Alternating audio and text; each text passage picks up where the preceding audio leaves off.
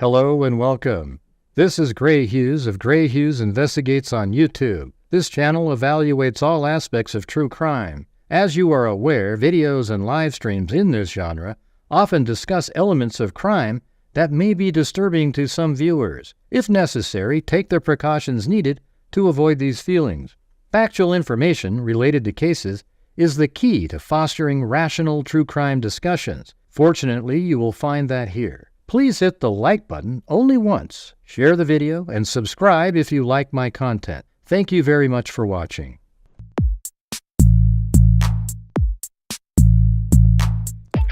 Wow, 13 people. Yay! Oh, 51 now. Okay.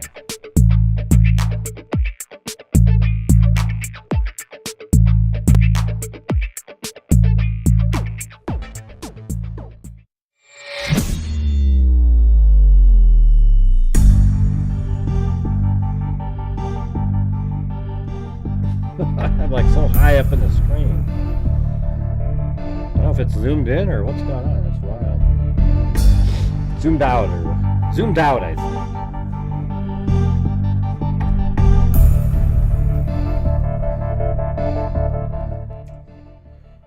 All right. Let's see. Yeah, so I might actually have like guests for tomorrow for, I don't know for when, but like Susan Hendricks from HLN. She might come on. She said she would. And so that'd be cool to, see if she'll come on the show and give us updates on the trial. She's always been the one that does the, what do you call it? At Crime Con, with up on stage with the family, Becky and everybody. Yeah, she used to work for HLN. She doesn't work for HLN anymore because that doesn't exist. But I'm not sure if it's CNN or something like that. Well, thanks, but yeah, I mean, I was so disappointed, you guys. I put out 7 videos that were barely watched by a soul. I mean, like 1,000 views is pathetic when you have 148,000 subscribers. And, the support was god-awful as well. I mean, just literally a shit show, So it's like, I spent hours and hours and hours and hours and hours and hours getting those 7 shows together so that people would have something, or you guys would have something. And it was just like, I mean, I don't know, man. It just feels so strange. Very strange. I mean, all those videos showed you all of the stuff that we were looking at over all of the years, and people just couldn't take the time to watch the damn things. Unbelievable. Let's see. Yeah, it's a bummer. But also, like last month, the channel did well. Not because of the people supporting the channel. It was from ad revenue only. This month, there are no cases that I'm covering that have ad revenue, and I'm being poorly covered, so it's just really kind of makes me nervous about doing anything, kind of trying to, attach myself to YouTube. It's just, it's so erratic, unbelievably shitty month. I mean, just, 7 2-hour videos, and like I think the total super chats was like $100. It's just unreal. It's not even something that's seemingly possible. It's almost like an accident. Like somebody, and half of that was one person. I mean, it was unbelievable. Anyways, that's how I feel, and I'm going to tell you how I feel. I think it sucks. All right. Hey, thanks, Chicken Wing. I mean, you guys all know what we do here and all the great stuff we do. And just because I wasn't on there live, it's like, I don't know, it's just very disappointing. Very disappointing. Anyways, Yeah, so I was just finally got to take a couple days off, but I can't take days off, obviously, because of just what happened. When I leave, it collapses, okay? And then there's no catching up again. I tried my best to keep it going during that time, and it just didn't happen, you know? Sick, really.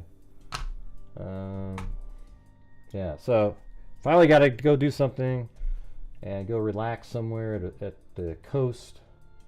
But the whole time I wasn't really relaxed because I kept seeing the numbers and how shitty they were. And it makes you just go, oh God, now I'm way behind. Right? And thanks, Chicken Wing and Richard Watts.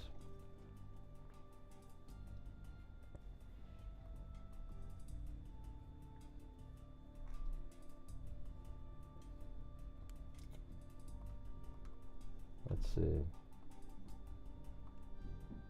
Yeah, so here's I used my drone, you know, with the goggles on. It doesn't matter. It's Strawberry Rain. You give it your best. Yeah, no. If I do my best, I should be, you know, people should be taking care of, you know, like understand what we're doing here and taking care of the channel. It didn't happen. And that's not doing your best. It means that people didn't care enough to do it. All right, anyways, here's what the, yeah, this is what it looks like when you're wearing those goggles. Look how cool that was on the coast there. Flying out there, and I was just sitting in a chair, and I was just watching, you know, like that's actually what it looks like. You have this little dot, this little circle thing, and you can, you know, follow around, but then you can also record it. You're recording it also without any of the HUD, you know, the stuff on the screen here with the 23 satellites and the battery and all that crap, you know. So it was pretty amazing out there. I went 1.25 miles out into the ocean. Didn't want to go too far, but yeah, but it was so peaceful out there. You're just flying, and there's like, you know, it wasn't a lot of wind. It was kind of warm. Just looking. So that was pretty cool. So you guys, what I'm going to ask you to do is if you could help support the channel today, I would really appreciate it. Thank you. Yeah, so it's way out in the ocean. And I don't know, there was these like, I'm not sure what kind of birds those were in the water, but, and there it is. It actually puts an H where you're trying to fly back to, way over there. I'm just going to move it forward.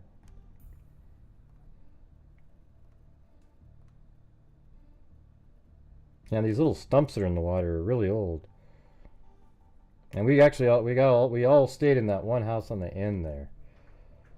It was pretty big. It's pretty crazy, that one at the end right there.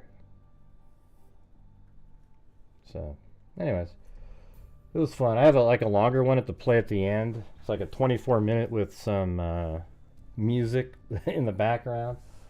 I'll give you like a preview of it. It's in like Walport. But look at. Let me see if it'll play well though. Let's see. It's such a big file. Let me see. Oh, it's supposed to be moving.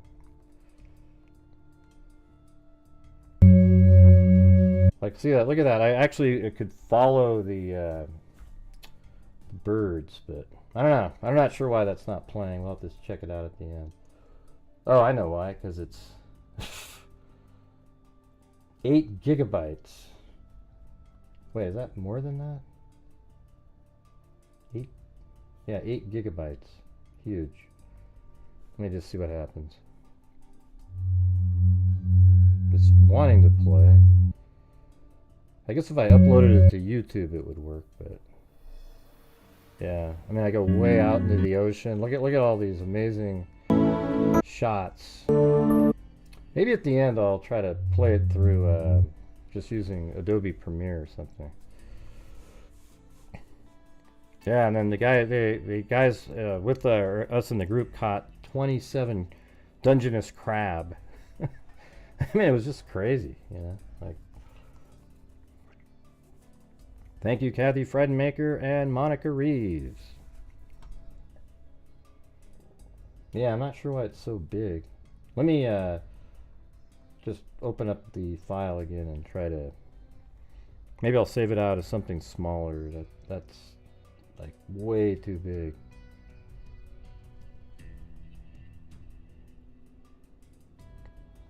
Thank you. What's the obsession?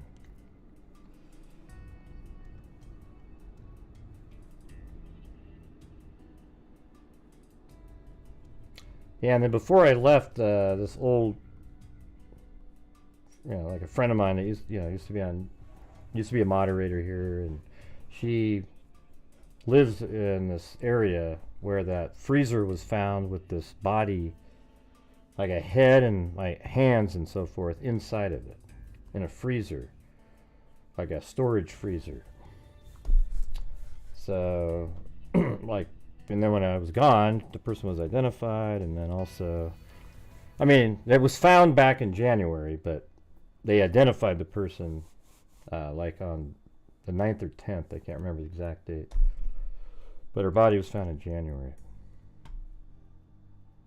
Yeah, you can eat that crab, yeah. What do you mean?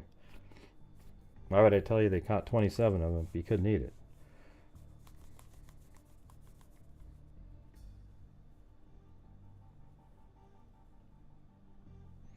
Yeah, I ate 2 crabs by myself and then brought 2 home because these other guys, they didn't like them they didn't eat.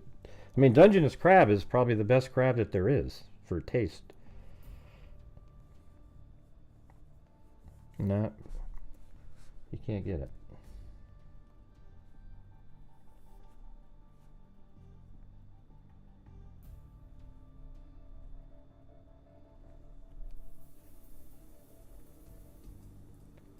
Let's see.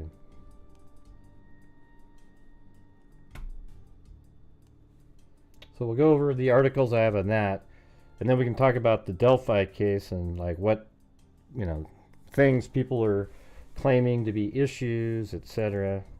The whole case has been kind of crazy since the beginning with all the different people out there.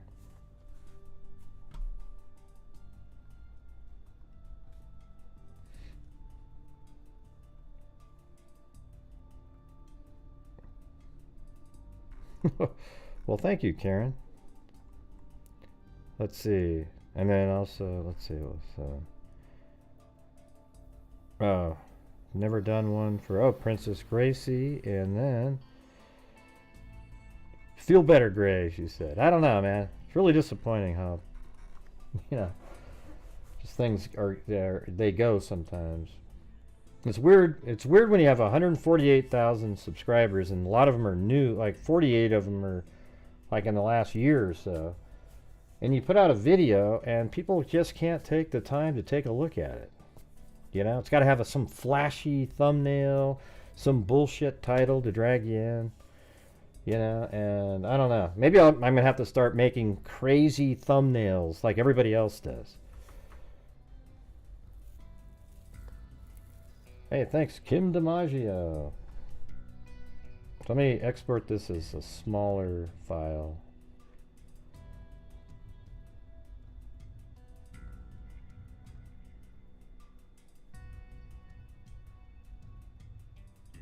How do I turn off that? I don't want it to match the size.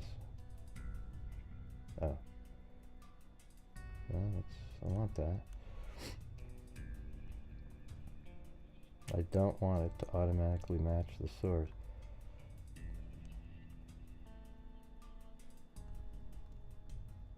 Oh, there you go. I'll make it 1080.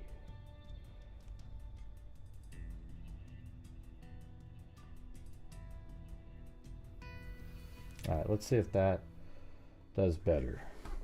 That was so huge. Let me just go over the story, Jessica. I don't want you guys, let me just go over it myself.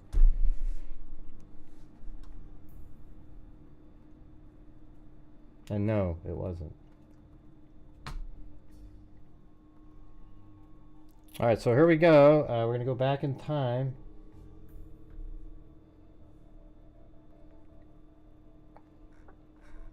I think if you have to start kind of at the bottom down here. Let's see. It says 8 p.m. and then this one is, yeah. So if you go backwards in time, this is like a blog. The Anne Landman blog. Alright, so it says on Saturday, this is back in January. The Mesa County Sheriff's Office just put out a press release about this incident containing far less information, saying they are investigating the case as a homicide. Okay, so that doesn't have anything there. And that's an aerial view of the Mesa County Assessor website showing lots of junk. I mean, it's incredible. So that's the property right there. But look at like a 3D view. Look at how much crap. How would you like to have that person as a neighbor? What a bunch of shit that is. People like that. But here's the thing. You don't know, like, it was weird when I was doing this. I did it on my own first, and I was just kind of looking. I looked at who owned the home, and then I saw the previous owner name. It didn't really match the person, but I looked them up on Google, and then that name was associated with this case. So then I went, oh, somebody's already done that. But you kind of wonder, like in the backyard here, if like her body is in a container, and then eventually somebody just moved it out front to sell to somebody. And the thing is the guy that lived there last, he was married to the mother of the person identified, and her name is Amanda Overstreet, who was 16 years old when she went missing in 2005. So that means she would be 36 currently, if she was still alive. But I actually think that there's two possibilities. Like, one, there was some kind of drug thing, and I mean, I don't know. I feel like the father, not the father, well, he must have been a stepdad, I guess. He did something to her, and maybe the mother never knew that she was stored on that property, and then he died of COVID in 2001. And it's pretty wild stuff. Yeah. But hey, guys, if you're out there and you have the ability to help support the channel tonight, we got to make up for some lost time. So if you have the ability to, I would appreciate it.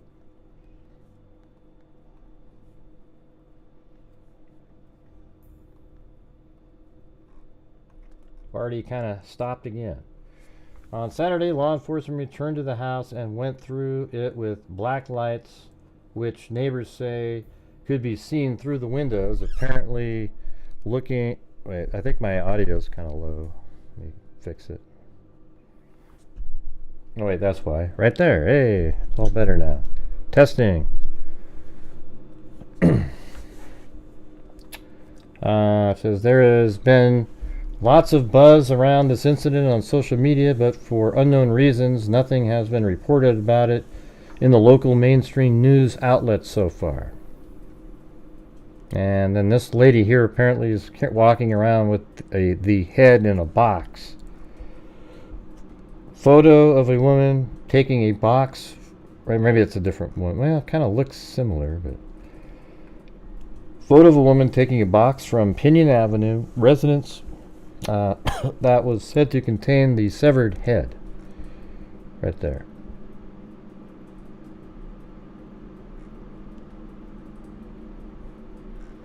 And then it says, soon people showed up in hazmat suits, and then a white truck with a camper shell without windows arrived, later identified as belonging to the Mesa County Coroner's office.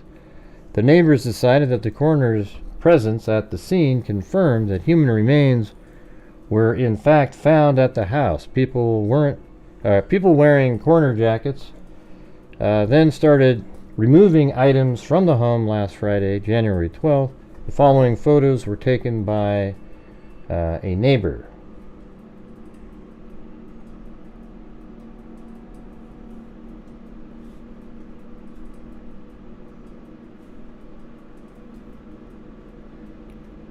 And that's, I guess, that one right there. And then this is January 16th, 10:52. Communication just came in from a first-hand source saying the head did not actually fall out of a bag. And then on 11:45, the confidential source who had direct experience with the incident wrote the head was never dropped. It was wrapped multiple times in black trash bags. The first thing that fell out was fish fillets, so we kept unwrapping as... God, can you imagine? Like they actually put food that they would eat in the same damn thing. Hey, thank you very much, Marie Pintler. The head was never dropped. It was wrapped multiple times in black trash bags. The first thing that fell out was fish fillet, so we kept unwrapping as what we expected to be, unwrapping as that what we expected to be in said bags. As we opened the last bag, the head rolled out on the bed of our truck. At that point, the new owner of the house called in. I did state that I would never forget the sound it made as it hit the tailgate and rolled. Oh, thanks, Ozzy, Trisha, and Lisa Valenzuela.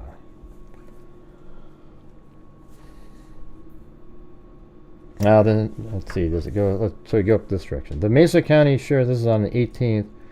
The Mesa County Sheriff's Office issued an update today on the case of the severed head. It says the autopsy by the Mesa County Coroner's Office occurred yesterday and has confirmed the human remains found at the address on Pinyon Avenue on January 12, 2024 are a human head and human hands, and we have no other definitive answers until further testing can be completed. Multiple people are reporting on social media that a severed head and possibly additional body parts were discovered in a freezer in the garage of the home at 2988 Pinyon Avenue on Friday, January 12th. The story had been confirmed by multiple sources, and people have been posting photos documenting the incident. Here's what is known so far. The house was owned since 2006 by a couple, Bradley, David, and Leah Eimer, who both lived there with a young man presumed to be the couple's son. Oh, that's sort of interesting. Well, who's that person? Hey, thank you, Tracy Harrison Sass. Let's see, so Bradley is the one that died recently. Yeah, there it is. Presumed to be the couple's son. That's interesting. And they owned the house since 2006, but she went missing in 2005. So they moved and then took... Her body was... See, here's the thing. Obviously, the connection here is him, right? Because she was married to him, or they were a couple anyways, and her body's found on a property that he owned in a freezer. I mean, you might be able to say, oh, well, somebody moved the body there later, but that's just like, that's not happening. All right, this is like something where, but for the fact that he died, her body would have remained in that freezer. He just never took the time to actually finally do something about it. He died of COVID. I don't know. I'm not sure what a Zell is. Never heard of it.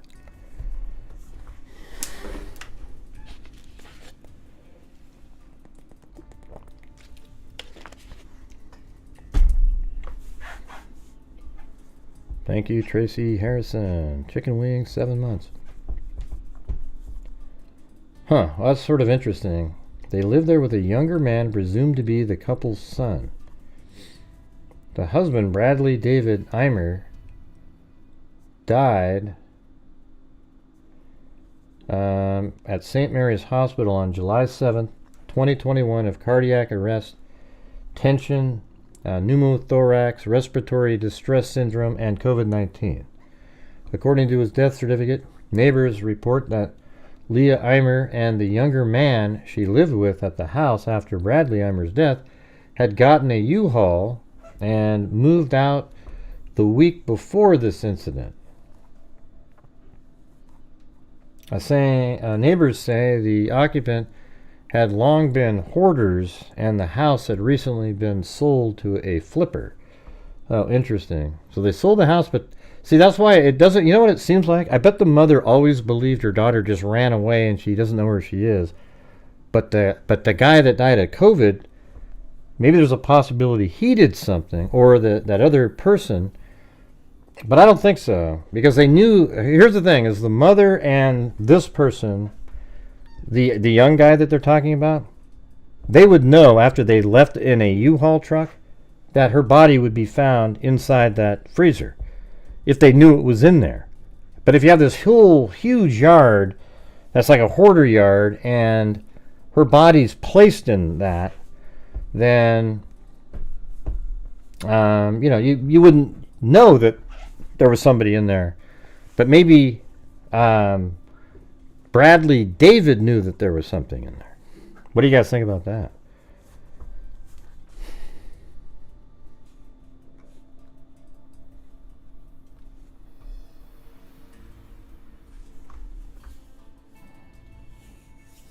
Yeah, so it seems to me like the key to this whole thing is the guy that died. He's the one that knew about it. That's just my opinion. The new owner of the house, so then it was sold to a flipper and they moved out a week before.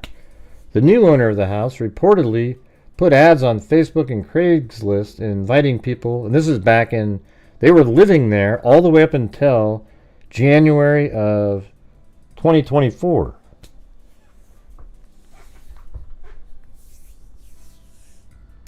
So anyways, the new owner of the house reportedly put ads on Facebook and Craigslist inviting people to come and haul away items of value from the property. It kind of makes sense, right? Like, just, there's junk here, take it away. Like scrap metal to help clean it up. The hoarders moved out and people came with trailers to get the remaining items, a source said. People also arrived to start cleaning up the hoard. One of the items the owner was given away was a functioning freezer in the garage, I guess. The people who came to get the freezer opened it up and saw a layer of freezer burned meat that they decided to donate to local animal shelters.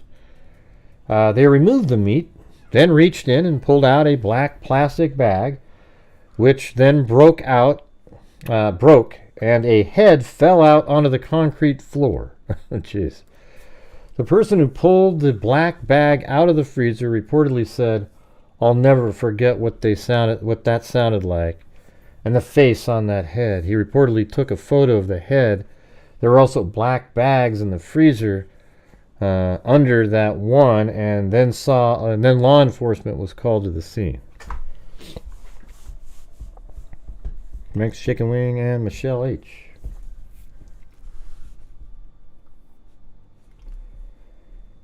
Let's see.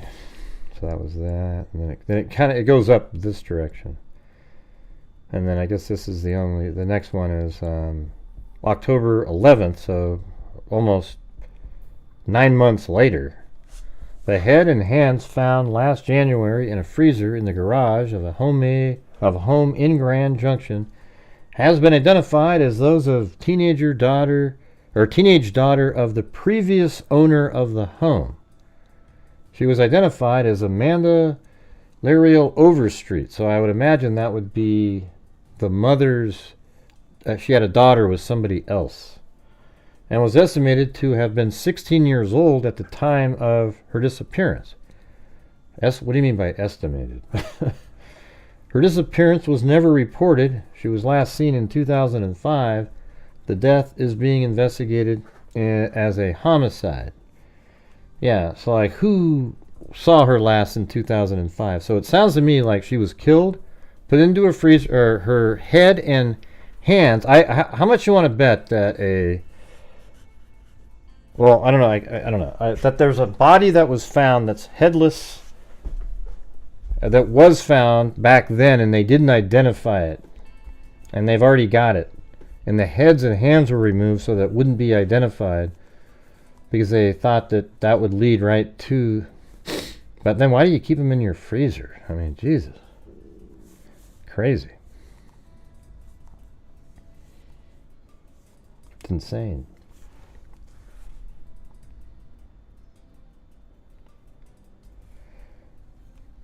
She was last seen. Let's see what this says.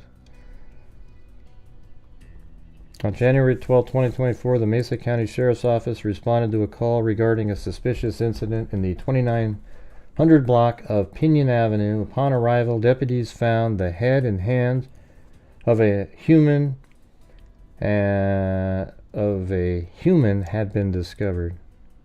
Upon arrival, deputies found the head and hands of a human had been discovered in a freezer by someone who arrived to claim the free appliance offered by the new owner of the recently sold home. On October 11, 2024, the Mesa County Coroner's Office released the identity of the victim of the Pinyon Avenue homicide case. Through DNA testing, the victim is identified as Amanda Overstreet. Amanda is believed to have been approximately 16 years old at the time of her disappearance. Overstreet has not been seen or heard from since April 2005. Amanda Overstreet was the biological daughter of the previous owner of the home. The circumstances surrounding her disappearance remain under investigation, as well as ongoing forensic testing of evidence. There is no record that Amanda Overstreet was ever reported missing. Yeah, so that's weird too. But if it was somebody that ran away all the time, and then the mother just goes, screw it, I don't know. I don't know. The mother could have known, but why would you leave the body when you move out because you're selling it to somebody who's going to flip it? It just doesn't make any sense. You forgot about it after all those years? Yeah, don't know.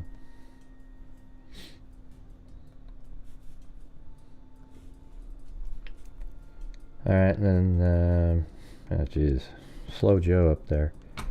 Authorities are investigating a possible homicide after a human head was found in a deep freezer in the front yard on Pinyon Avenue. This is back in January also.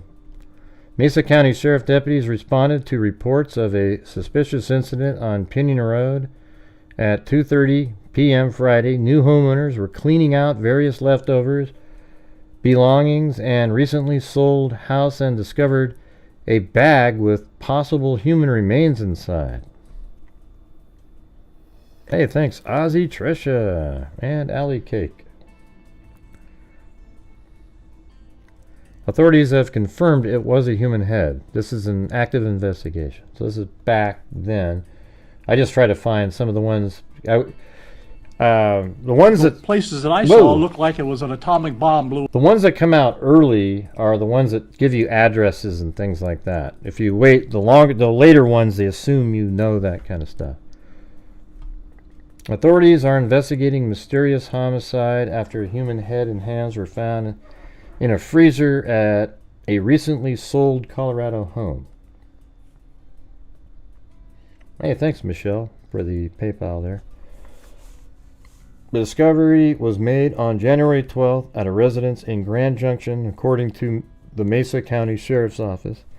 Deputies responded to a call for a suspicious incident around 2:30 p.m. local time, the Sheriff's Office said. People cleaning out the property discovered what they believed to be human remains, the Sheriff's Office said. They were found in a freezer. God, they keep saying somebody, the Sheriff's Office spokesperson said. Okay. Just repeat it, all right? An autopsy conducted by the Mesa County Coroner's Office this week confirmed that the remains were human head and hands. See, those are both items that are used to identify somebody. The Sheriff's Office said Thursday. Okay, then at this time, we have no other definitive answers. And so here's the thing. I found the mom's Facebook page right here. And this is the guy right here. This is him.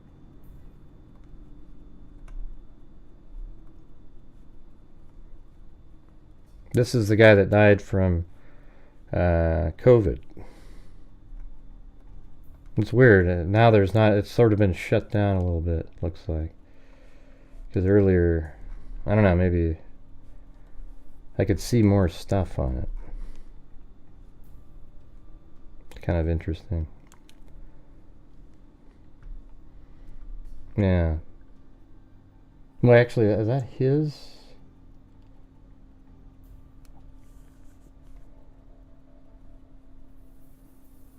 That's his expense fund. That's so weird, because I was looking at the same. That's an expense fund. No, this is the one right here. Sorry, this is the one that I had. For some reason, I didn't see it. Okay, so this is the wife, the mother of Amanda Overstreet, and that's him, right?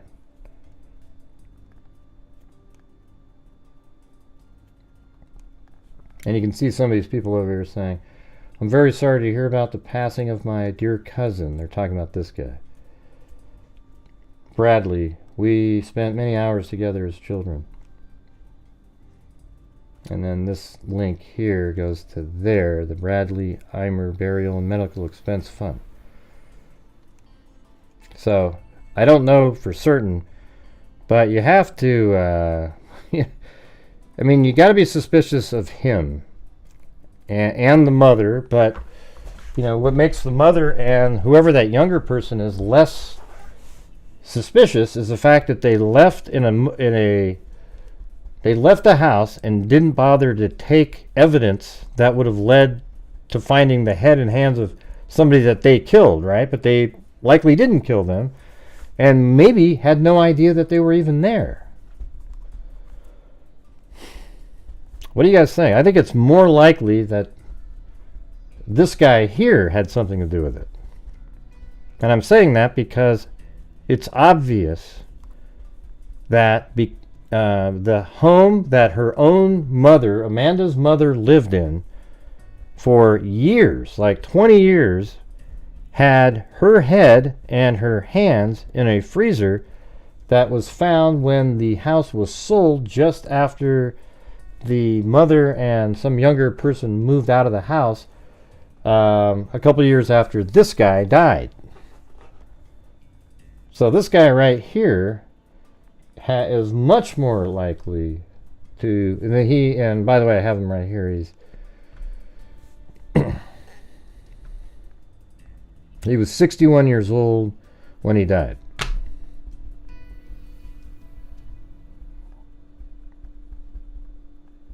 And so I don't know. And so he would have only been like 40. So he's 61. 20 years ago, he'd be 41, but it wasn't 20 years ago. He'd be about 44 years old when the 16-year-old went missing. So I don't know. I think there's something. Like the mother just accepted her daughter ran away and just didn't want to, and just hoped she'd come back someday maybe or something.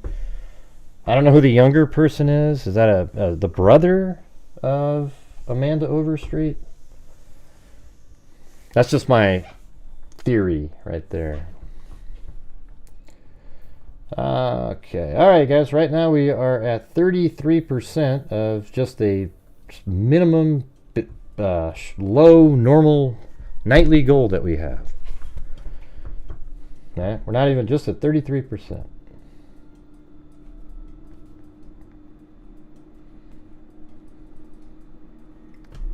So we got that one, and then move it forward. The head and hands that were found on January in the 2900 block of Pinyon Avenue were identified Friday. The neighbor told Western Slope Now back in January. On top of it, I guess there was a bunch of just animal meat as they were cleaning it. Let me see. The Mesa County Sheriff's Office released the individual identity, Amanda Overstreet. Officials say that they believe that she was 16 years old during the time of her disappearance in April of 2005. A neighbor told Western Slope Now back in January. On top of it, I guess there was a bunch of just animal meat as they were cleaning it out to pack it up, as there was a black bag, and then they opened the bag and a human head fell out. Wendy Likes, the Mesa County Sheriff's Office Public Information State. Wendy Likes is her name. I know a lot of people are really concerned with the amount of time this case is taking. Hey, thank you so much, Alex, from, looks like Great Britain, maybe? Hi, Gray and Freaks. All right. Almost at 50%. Hey, a little like 50% now. By Sandra Bullock.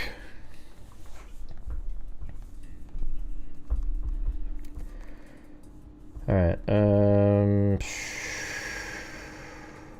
Yeah, so MCSO, the Colorado Bureau of Investigation, and other local agencies have been investigating the homicide since January. As far as I can gather, the gentleman was taking care of his mom. They never really had any people over, the neighbor states. So there was some younger person there. The neighbor told Western Slope Now her son moved in with her after losing his father. There you go. So they had a son and a daughter. And that's Bradley, his father, Bradley David Eimer. That's right. Well, no. So I guess that is his father. Let me think about this for a second.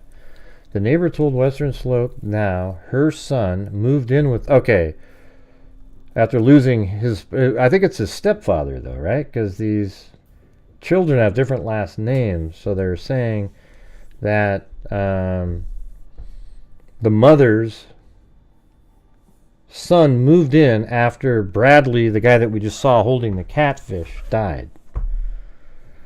Who was Amanda's stepfather and the former owner of the house. Okay, there it is. Stepfather. Okay, there. Yeah, I mean, I should have just read the next sentence because there's the answer. The neighbor told Western Slope Now her son moved in with her after losing his father. So he lost his own father. And then, I guess it's his step there. Bradley David Eimer, who is Amanda's stepfather. Oh, okay. Oh, I see. So maybe this guy, this younger person, is the son, the biological son of Bradley and Amanda's mother. So they're like half brother and sister, something like that. Who's Amanda's stepfather and the former owner of the house. He died of cardiac arrest and COVID back in 2021. But that leaves the question of Amanda's whereabouts. We're coming to clean out the immense amount of property that was left in the home. There was a freezer that was left. She put it on social media site, said, hey, if you want a freezer, I mean, look at that. Do you think that somebody would say that knowing that their own daughter's head and hands are in a freezer? That they're going to put that out on social media and say, hey, anybody, if you want a freezer, come get it. These people showed up, and obviously the freezer was very heavy because it was full. And when they started to unload it, that's when they discovered her. Right, so I think that gives even more proof that the mother did not know that Amanda was inside that freezer.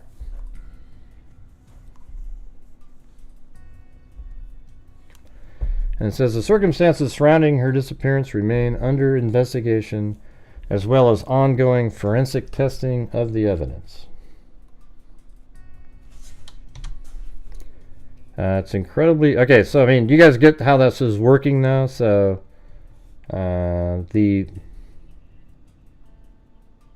it's Leah Overstreet. I think she had a child, Amanda Overstreet, with somebody else whose name was... okay, now I got to go back up here. I got to read that one more time.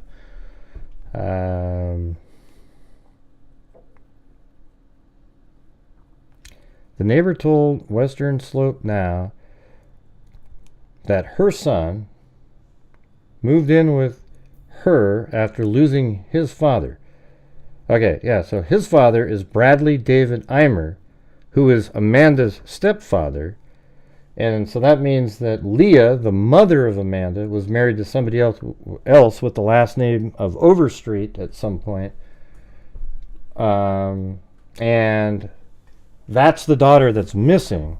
But after the son of Bradley died, after the son moved in after Bradley died to help out his mother, because I think they are actually both his parents. So there you go. As far as I can gather, the gentleman was taking care of his mom. They never really had any people over the neighbor states.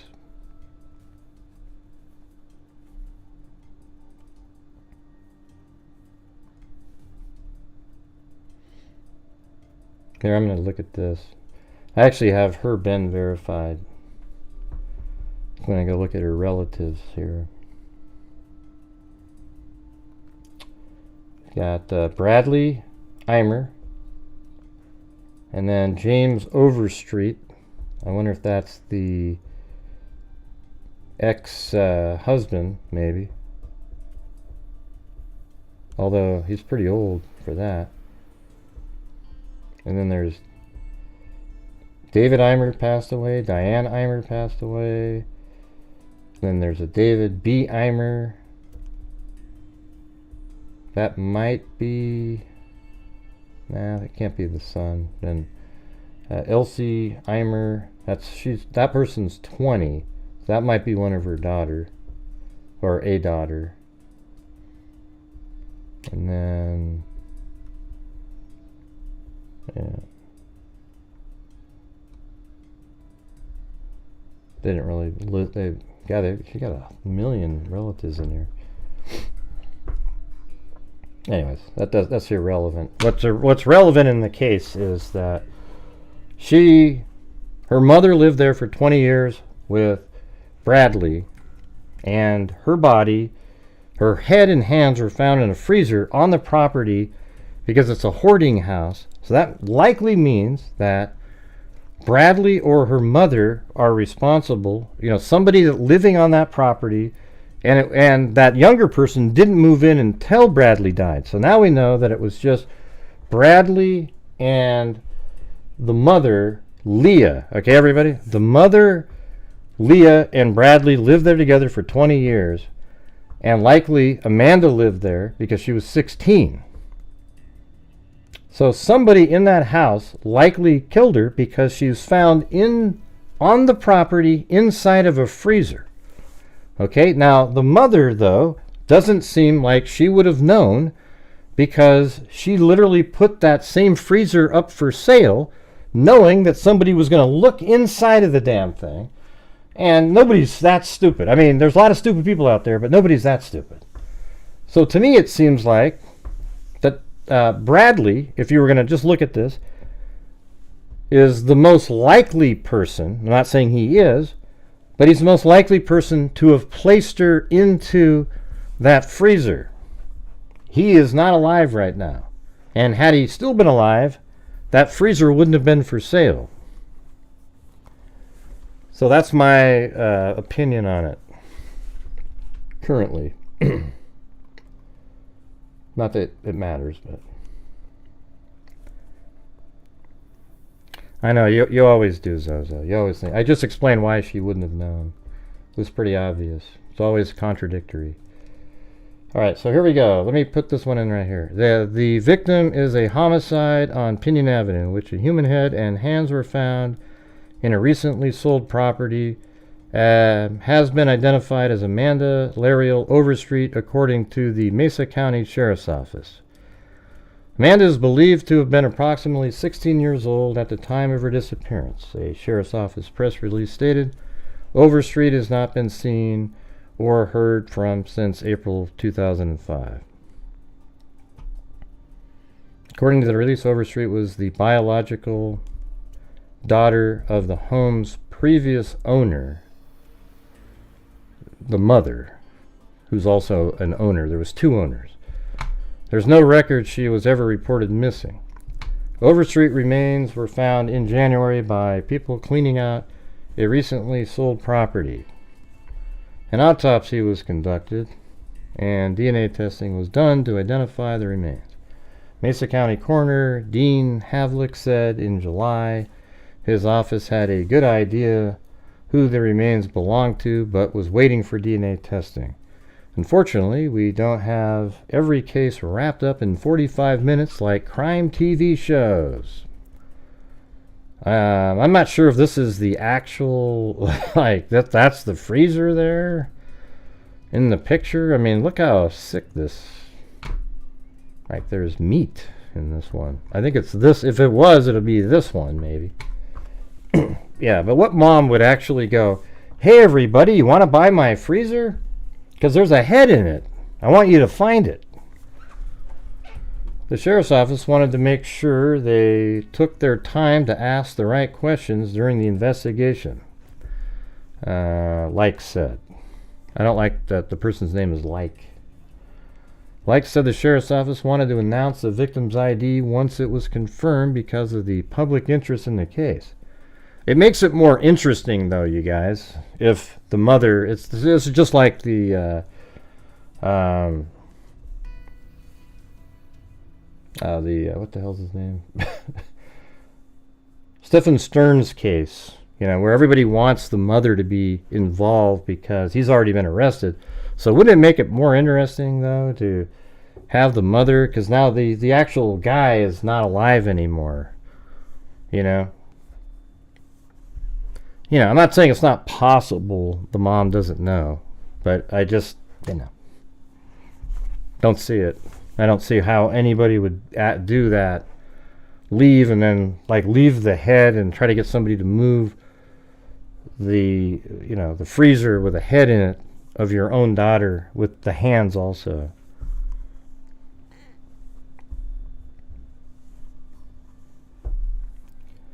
We want to do the right by the victim, like said. The coroner's office also sent out a release which stated the rest of the body has not been recovered at this time. The coroner's office confirmed a human head and forearm with hands were found in a freezer on the property.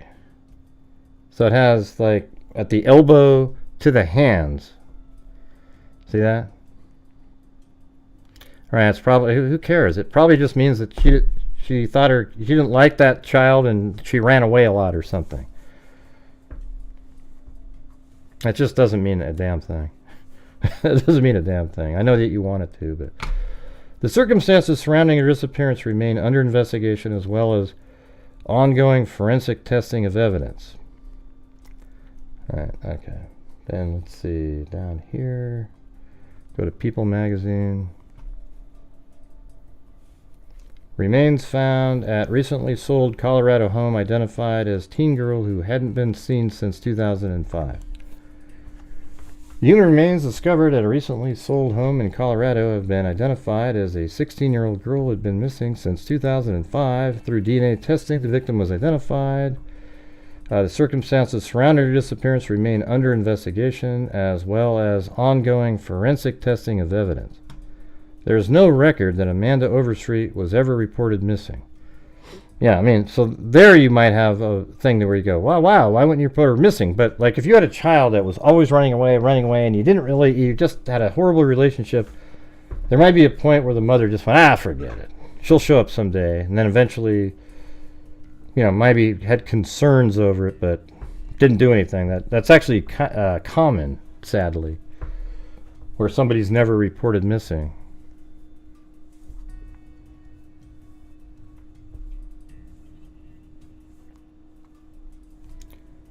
Who are you talking about? Who's homeless? I'm talking about the daughter.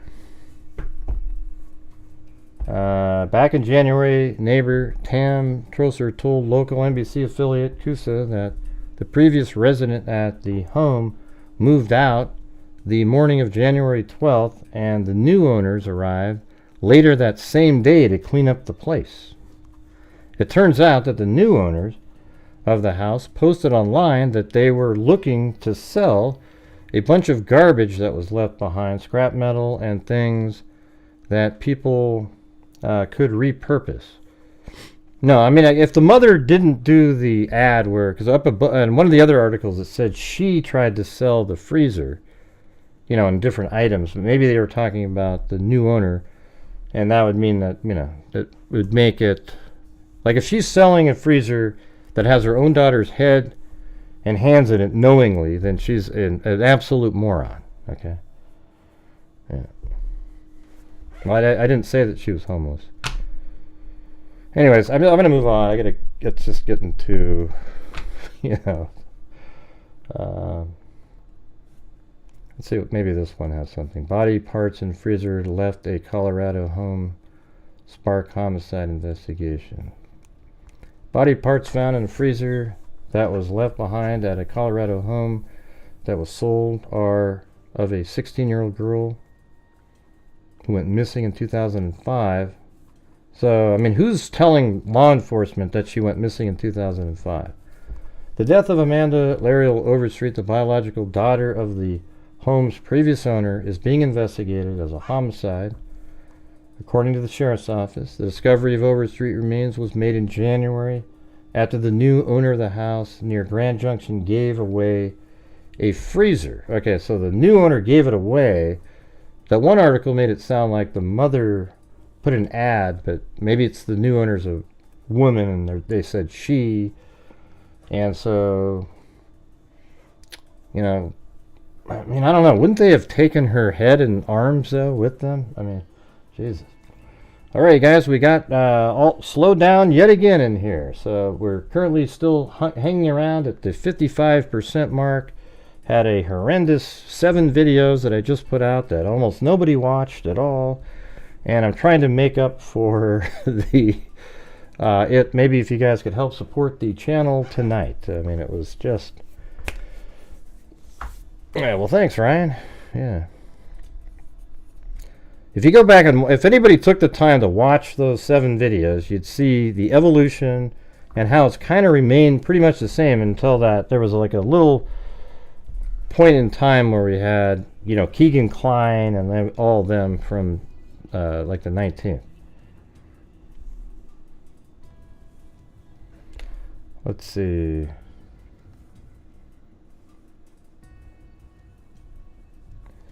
What the hell is a gigawatt? I don't know. Jim Lott, I have no idea. Colorado Public Radio noted that it has been unable to determine whether Leanne Overstreet and Amanda Overstreet were related. Well, they are related. What are you talking about? But the sheriff's office did confirm to the outlet that Amanda's biological mother had been a previous owner of the home. Well, then it's her. That's confirming it for you. Can't you use... See, this is what I'm saying. The lack of reasoning and logic in the world today. It's kind of scary.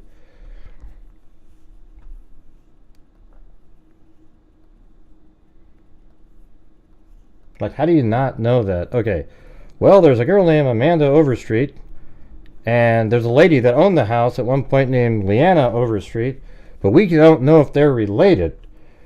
However, the police did confirm that the mother of the person we found in the freezer lived there at one point. Okay.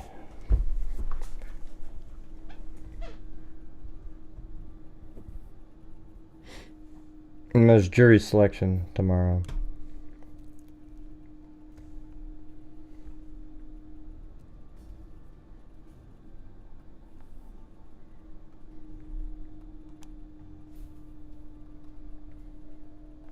Let's see.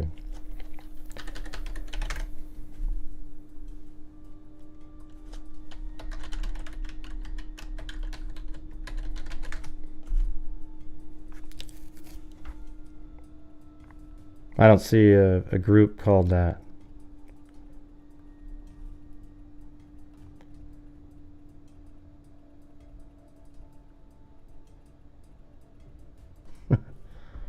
Yeah.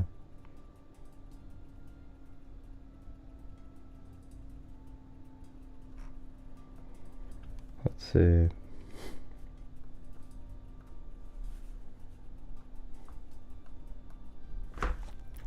I don't see a group regarding the search for her. I don't see it. I saw the Amanda Nenegar one. Yeah.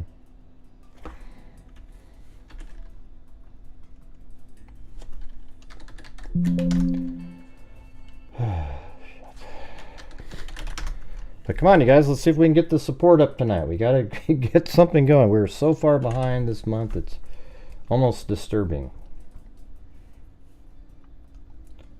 All right.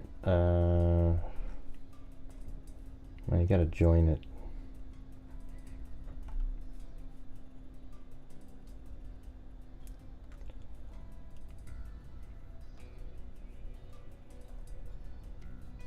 Okay. Remembering Angela Nicole Overstreet. Discussion and case updates. Yeah. I don't know. I can't get that.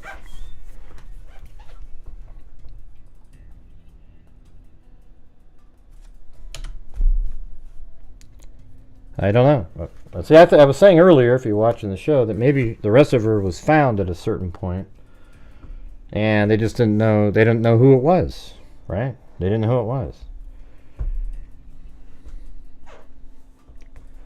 Hey, thank you, Monica Reeves.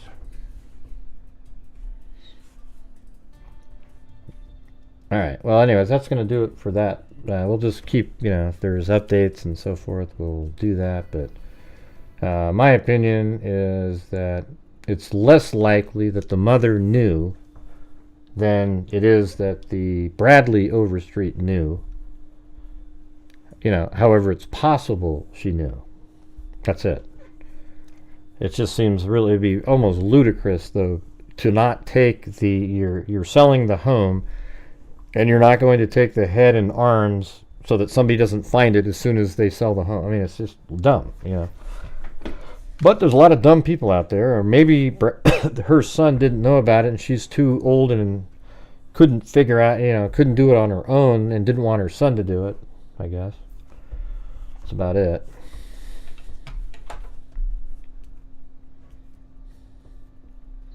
Yeah, I just think maybe it was obviously the head and hands were removed for identity reasons. I mean, that's the typical reason people do that. Hey, thank you so much, Bilbo, as in Bilbo Baggins. All right, made it up to about 70%.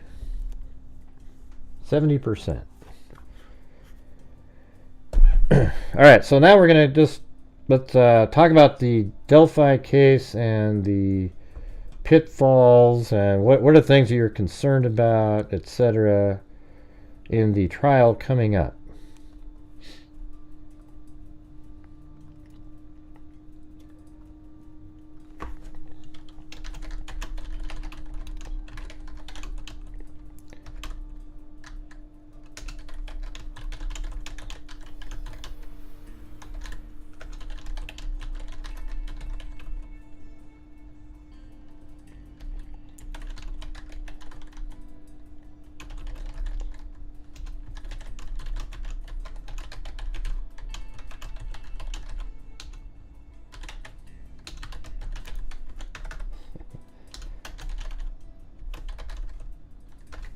All right.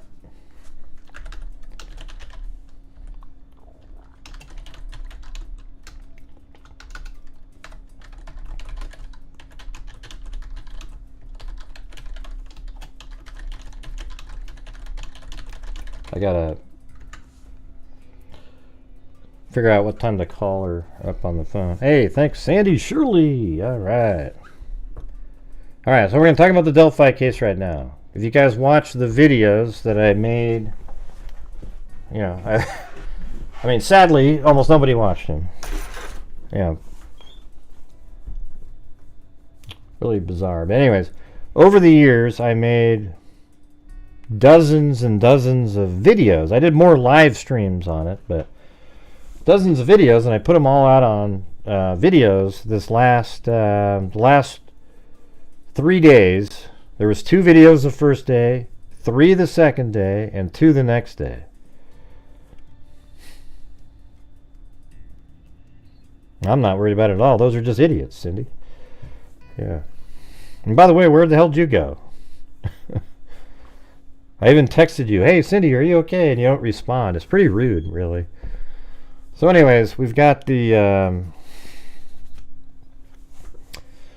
all those videos were put out, and it has all of them in order.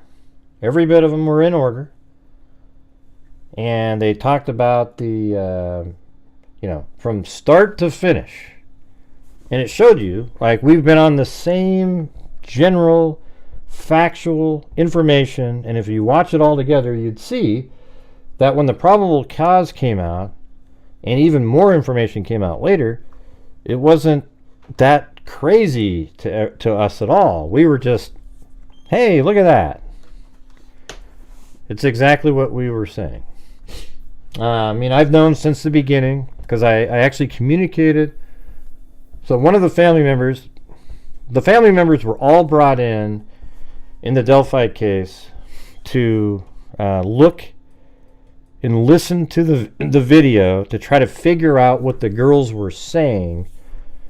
And they watched it. And I think they basically saw the whole video, because it turns out later we learned that it was 43 seconds long. And we know that the video itself was taken at 12:13. It started at 12:13 and 51 seconds, and then that means it would end at 12:14 and 34 seconds. So it was right around that point when they were said down the hill, and they get forced down the hill. Thanks, Sandy Shirley.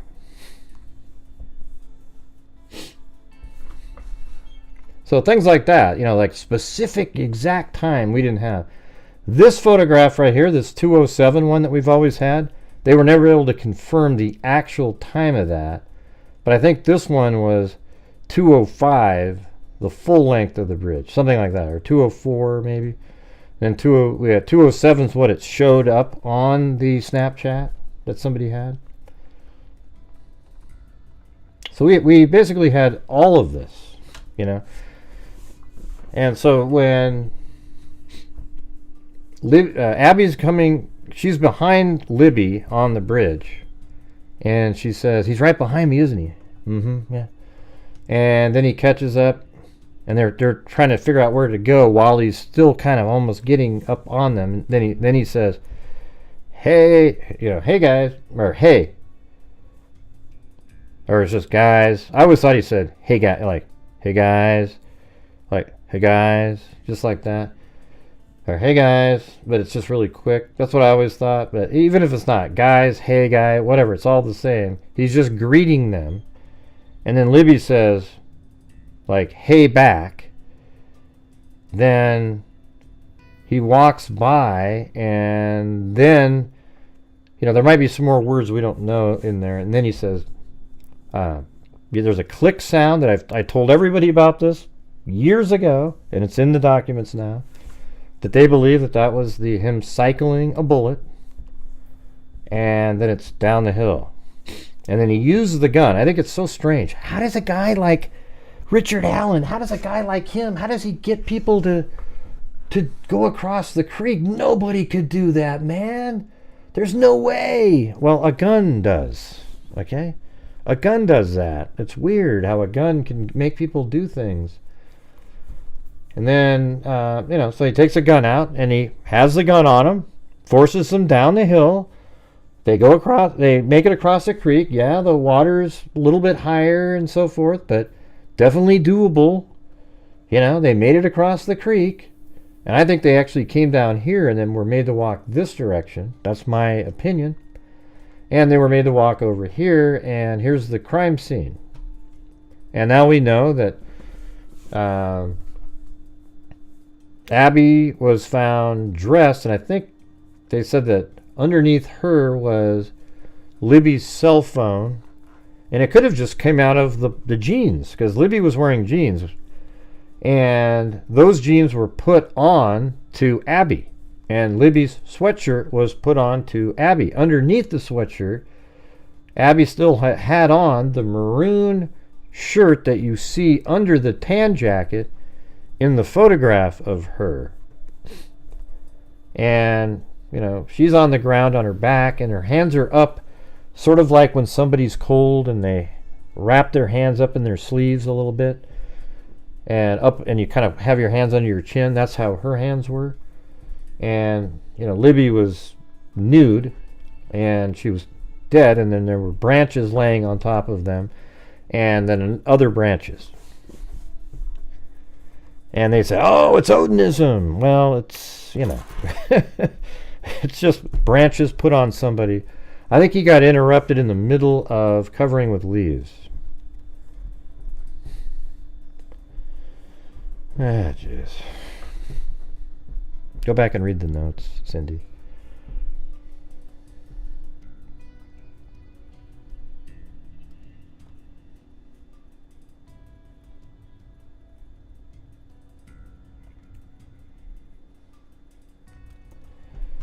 Let's see. Hope everyone had a nice weekend. Been listening to the background, watching baseball. Hard to believe that the trial's actually starting.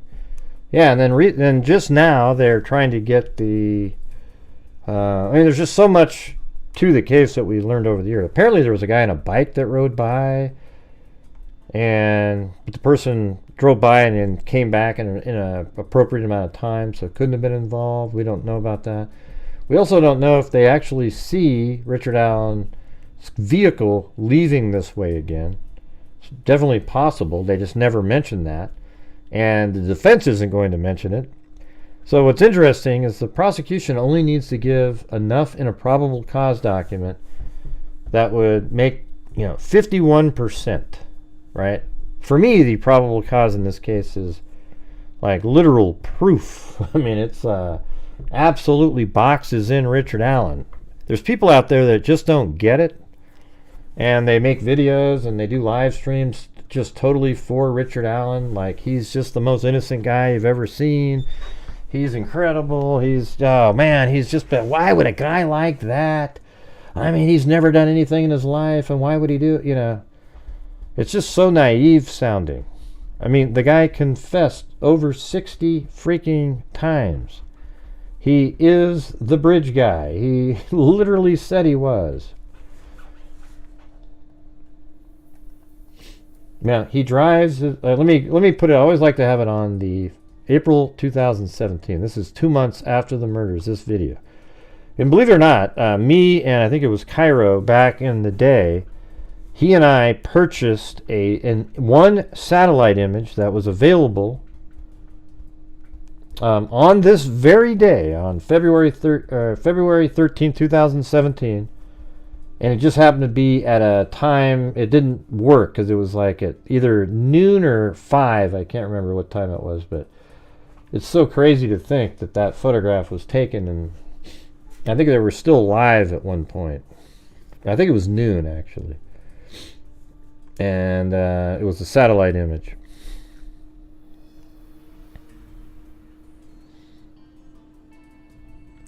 Well, Rob, because she does it herself, okay? But why don't you just get the hell out of here? What a loser. Jesus. Whew. Wow. Another troll. Another one bites the dust. Bam! Boom, boom, boom.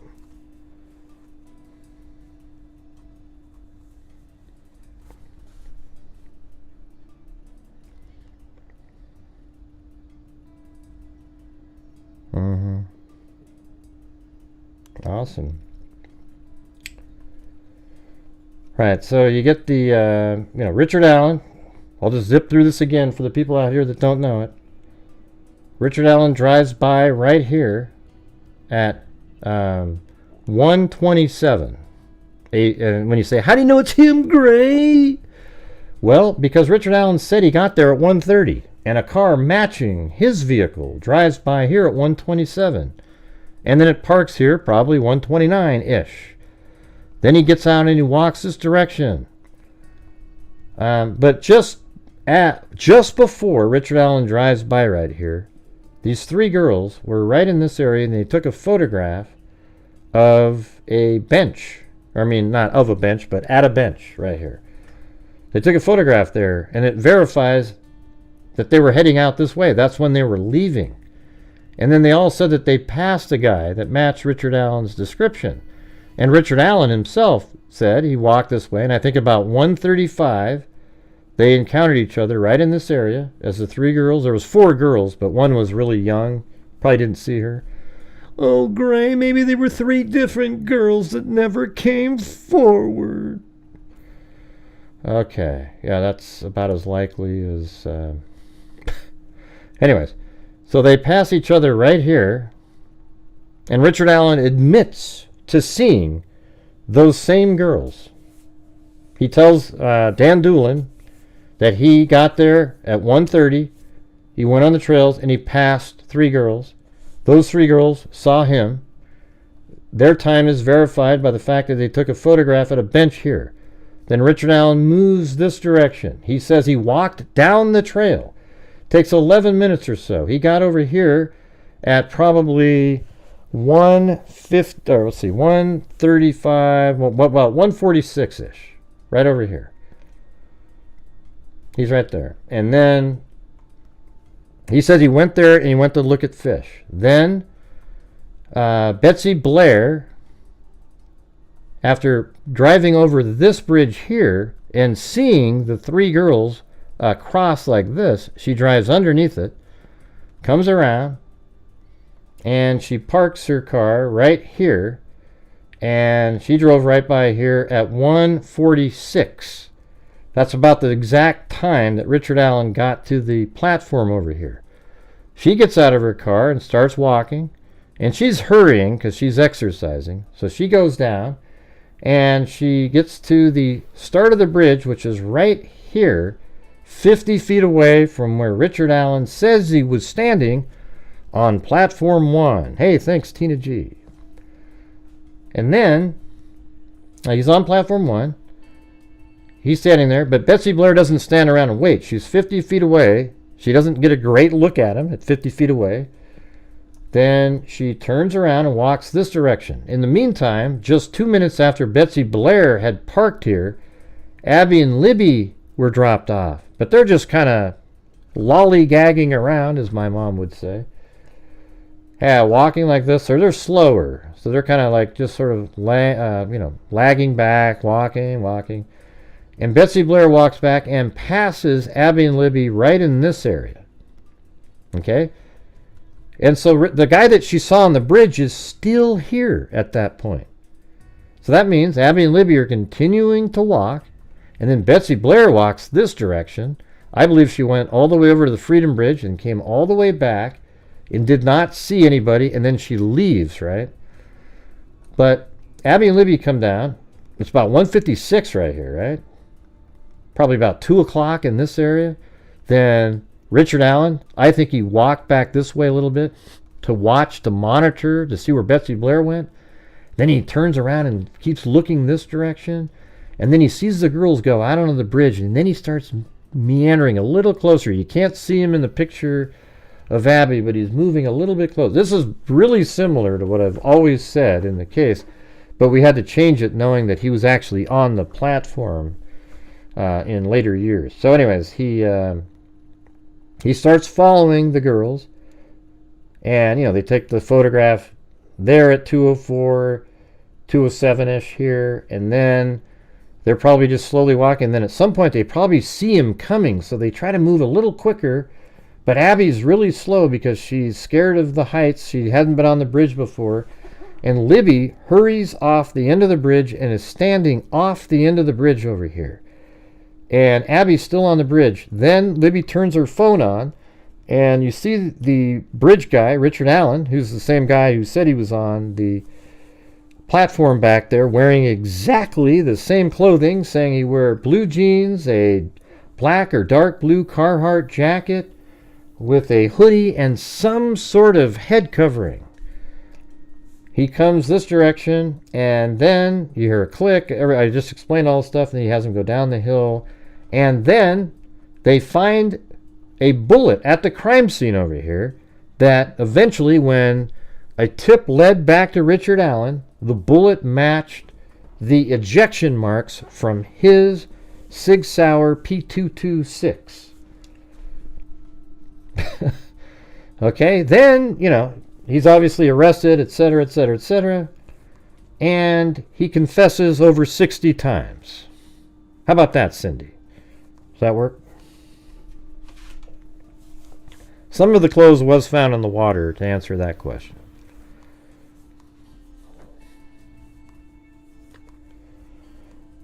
And thanks, Tina G. And guess what? We're only 20 short of the minimum goal. Be nice to beat the goal tonight to make up for the catastrophe of the last 3 days of videos that nobody watched. I was hoping to make a difference. Betsy Blair might have just dodged a bullet. No, I don't think so. I don't believe in that theory at all.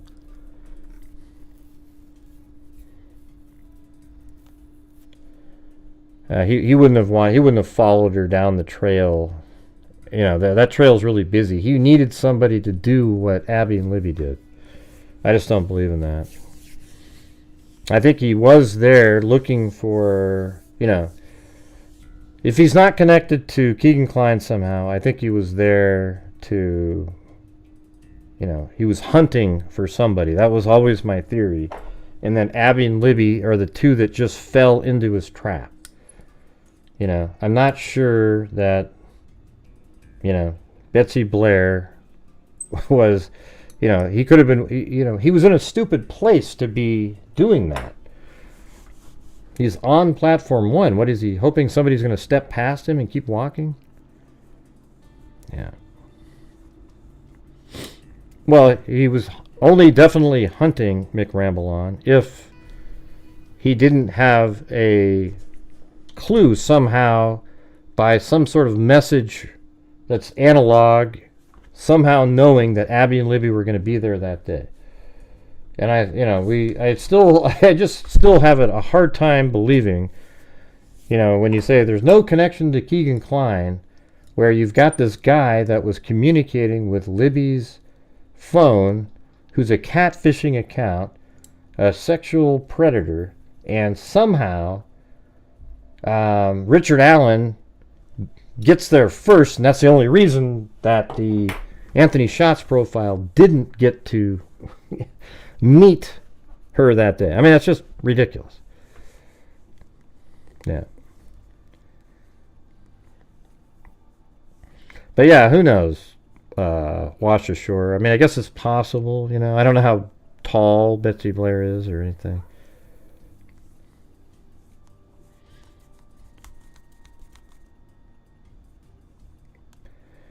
Yeah. So right now I'm like 50-50. Is it was he just randomly hunting there? I think you can't overlook the similarity of his daughter and Libby. The fact that she has, there's that photograph on the bed where she's wearing one of the tie-dye shirts of Libby, right? You've got that one. You've also got the image of her as well on the bridge even. And I think a tip came in. I don't think it was just them looking over. I really don't. What do you guys think about that? Do you think it was just them rifling through old, let's start looking at this. They're digging around. And they're looking in the Wabash River here for 3 freaking weeks. They had people in there every day for 3 weeks. But it turns out that a week before they were done searching the Wabash River, they got, it sounded like it was like a tip, or like they were looking at the old files again and stumbled upon Richard Allen. I mean, I don't know. I don't believe that. I'd love to hear this at trial. What is the real evolution of how they came upon Richard Allen? Is it the daughter? Did she say something? You haven't heard her name once during this whole time, have you? She disappeared. I know. Yeah. But maybe, the Anthony Schatz thing, that's what we were just talking about when he said that he was going to meet her that day.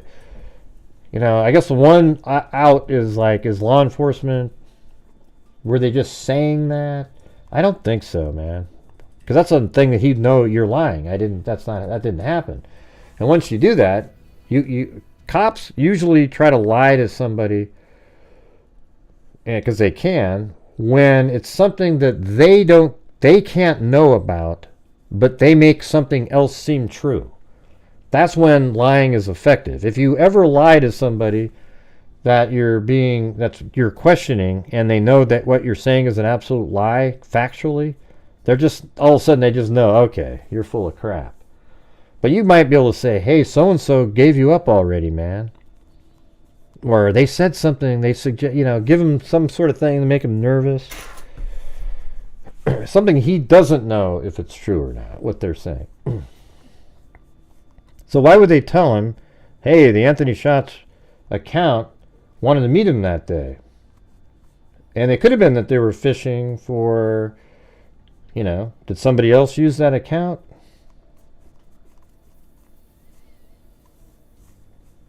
I don't know, but the trial has nothing. It isn't about Keegan Kline. It's about Richard Allen. Hey, thanks, David Arnold. All right, very cool, very cool.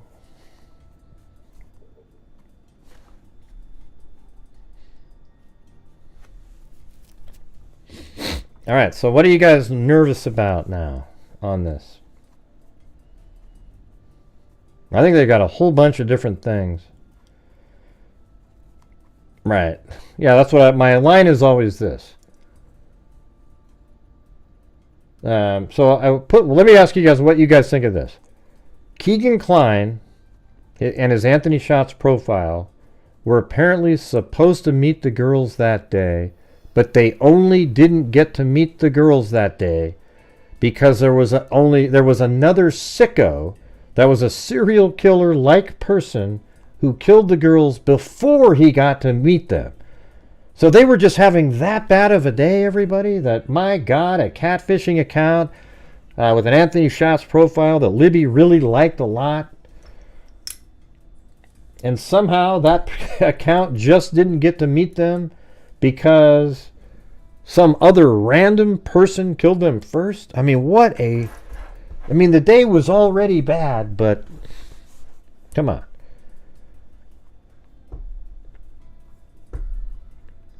They had the vehicle on video. Yeah, we've talked about that, Lynn, 100 times. Are you talking to tag somebody if you're tagging somebody else?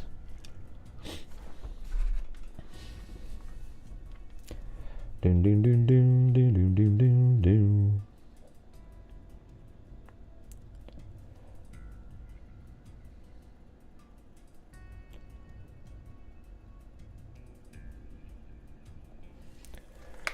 Why haven't they looked at Keegan's dad? Well, they did all that stuff. They did look at him. Hey, thanks, Valencia's mom.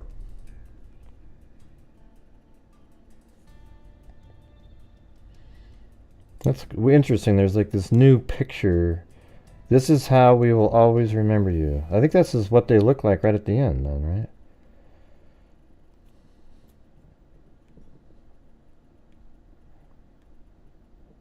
I can't get it, but it's on Becky's Facebook page.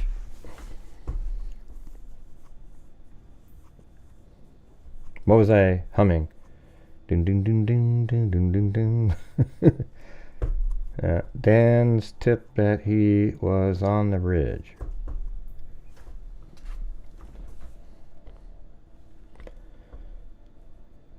Who?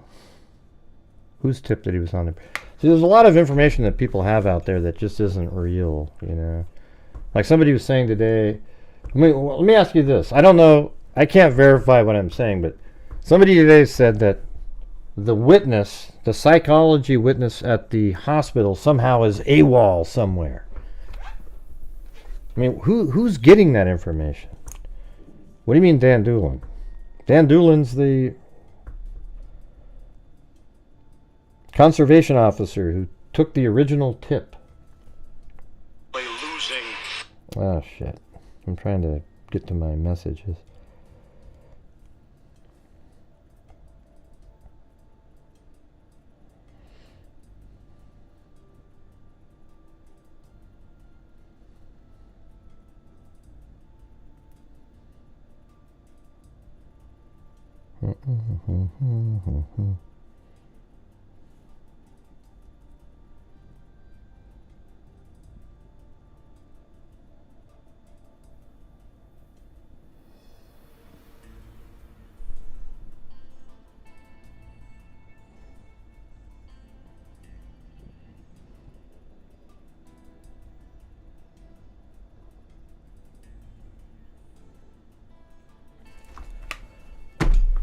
Let's see. His predator act like him and attack kids, so it works. Just regardless, you don't put ear in the front. Hey, let's see. We got. Will the conversation conservation officer make an appearance? I think so.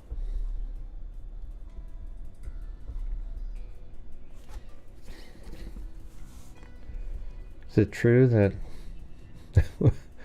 that there were 4 sketches of the killer, but we only seen 2? I don't know. I think there might be one more sketch out there. Sketches are useless. They're meaningless. Sometimes they're valid, just kind of a slight resemblance if there's something that sticks out on somebody. But they're just supposed to be a general likeness of somebody, and not necessarily like I think it's hilarious when people take a sketch and do an overlay. You're just like a joke at that point. You've lost all credibility if you take a sketch and do an overlay on top of a photograph of somebody. You can literally take the sketches in the Delphi case, and I'll tell you this: I've seen hundreds of overlays of sketches over various people, and you want to know something crazy?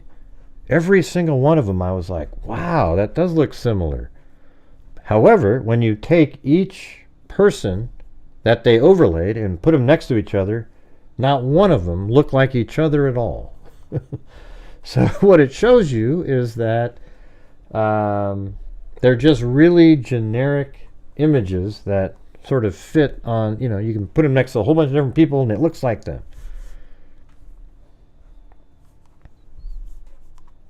Yeah, for example, they did the overlay on Thomas Bruce.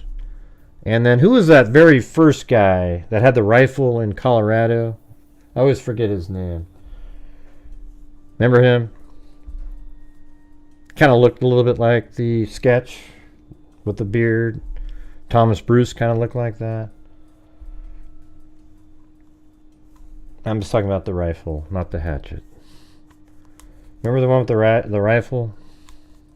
Red hair. Kind of reddish hair. Come on, Lynn, you know the name. No, the first one, you guys. Oh, Daniel Nations, right? Wasn't that his name?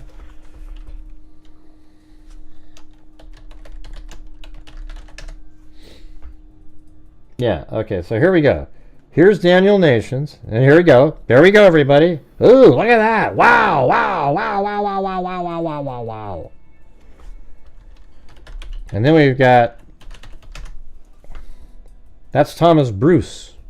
That guy doesn't look anything like Daniel Nations. However, when you put the sketch next to that guy, you say, whoo, holy crap, they do look. Let's see. Thomas Bruce Bridge Guide. Is there any of these?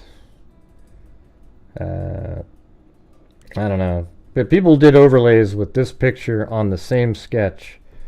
And this guy Look at his face, everybody. And Daniel Nations look absolutely nothing alike. Look at this guy. But he does kind of look like that picture, right? Look at that. Ooh, they got the same exact beard. Well, that one has a bulbous nose. This doesn't. Notice the low ears on this guy. All right. Oh, and then look at this one. Remember that? Ooh, holy crap. That guy looks just like that image, man. Don't forget that. And then somebody literally takes Richard Allen's face and puts it on here. Ah, jeez. You can't do that. It's a sketch, everybody. It's a sketch. Gosh, Gray, you're so mean. No, it's just reality, right? And by the way, Cindy's one of the mods, right? And like Cindy just disappears like, hey, you know, it's crazy. So if I ever say anything, it's out of frustration. Instead of saying, hey, Gray, you know, check it out. That's what normal people do. For the love of God, enough with the Karen comments. Pick a new name by now. How is there more Karen? Well, who's talking? How is there a Karen situation going on in here, Karen? Are we what? Nobody knows what that means. No, you can't find similarities. Yeah, they do not work. Anytime you see somebody post a sketch and they overlay the sketch on top of an image or do the side-by-sides, run for the hills. Okay? It's complete garbage. Every time. All sketches are for is like, hey, did you see somebody that kind of look like that? And then maybe it leads to a lead for cops and they go check something out. They're not for people to put up every Tom, Dick, and Harry's face next to a sketch and have them blasted all over the internet. I don't have time, Karen. I can't find it. You know, there's a lot of words up there.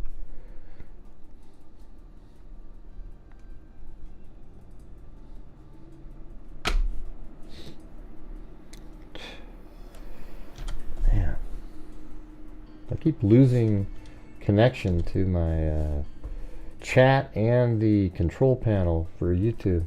I have to like refresh it.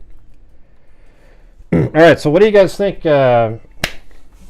Why do you guys think that they're bringing in Keegan Kline into this trial? Why do you think they're bringing in the other guy that killed the individual a while, like the girl? Oh, that didn't kill he attacked the 8-year-old girl a few years back.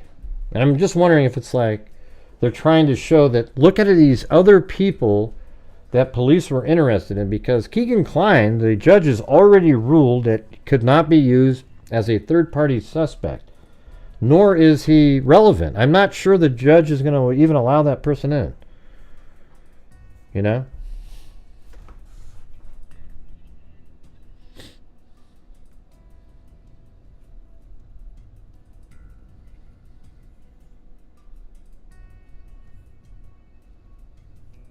Mm-hmm.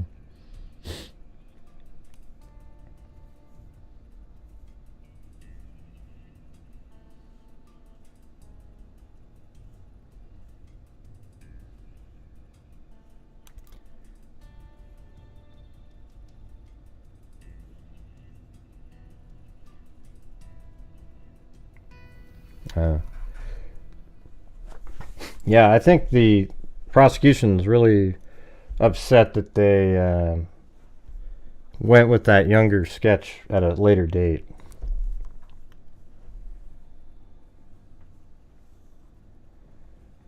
Your new native name? All right, guys, if you have the ability to, or just trying to make up for a couple days here, if you can help support the channel tonight. We got the trial coming up here. I'm going to try to get guests on. Might even have Susan Hendricks from, they used to be on HLN, maybe The Murder Sheet, etc. Don't really know. But people that'll come on and can tell us what the hell was going on, because even if I had gone there, the odds of me getting in there were between slim and none, and Slim just left town. But it's wasn't that great.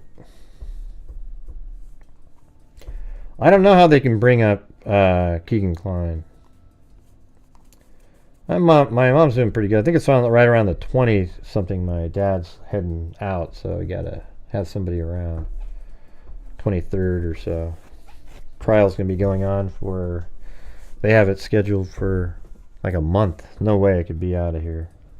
I was gonna do it. I had everything ready to go the first time, but life gets in the way sometimes.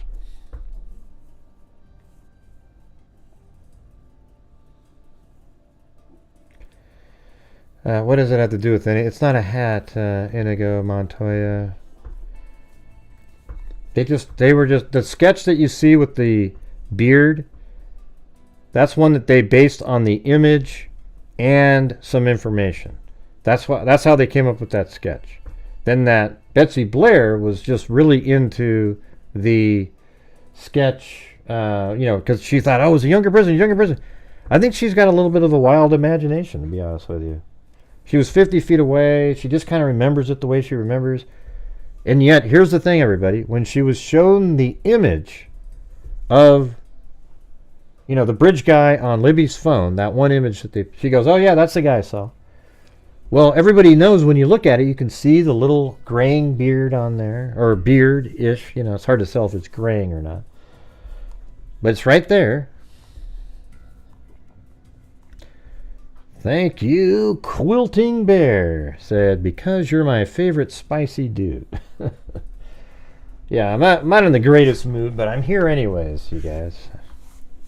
I'm here anyways. Doing a show. Let's see.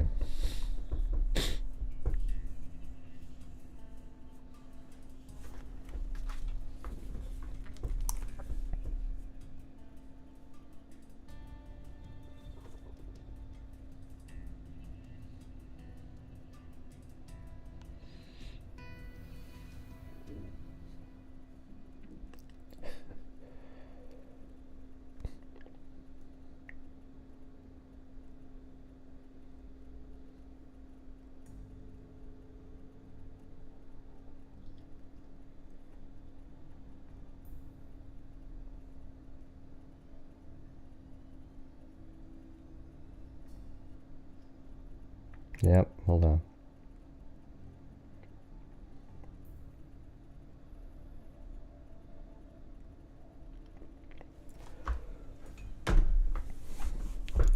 Gray eats some Oreos and cheer up. No thanks. Don't have any.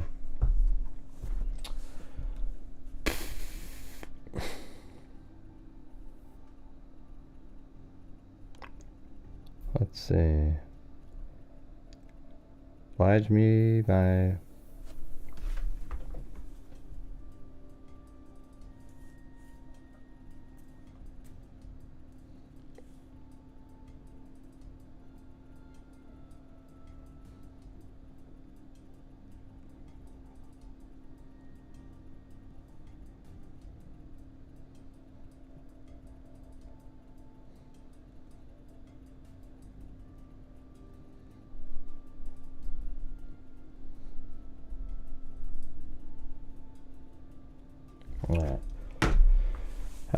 Let's see. What else?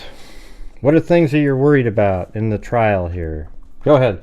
I'll be like the prosecutor here. You tell me what's something that it's bugging you. All right?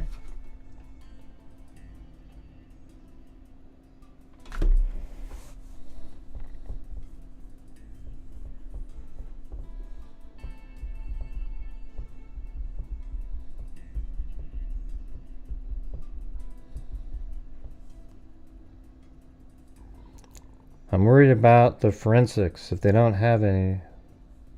No, it's not weak at all, Indigo. See, everyone always is so, they watch TV and they get so excited about it. You know, circumstantial evidence is incredibly powerful when you can string it together. I think there's also, there's a whole bunch of phone information in terms of walking, how many steps they took, etc. They have all that stuff.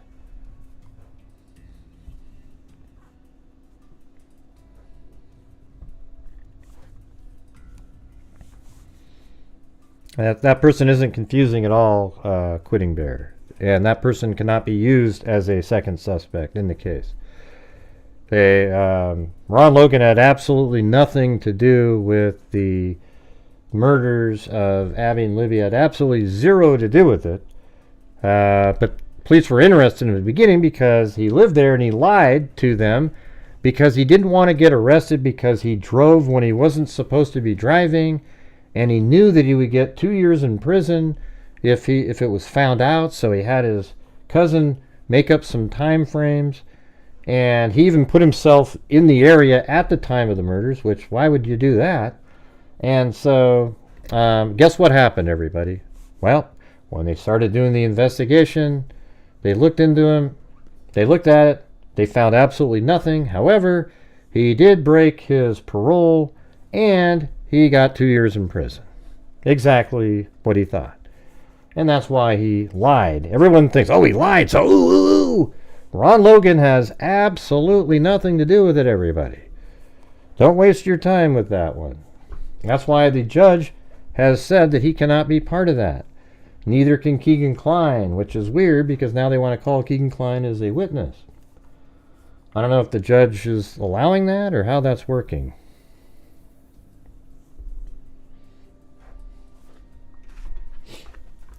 Ding, ding, ding, ding.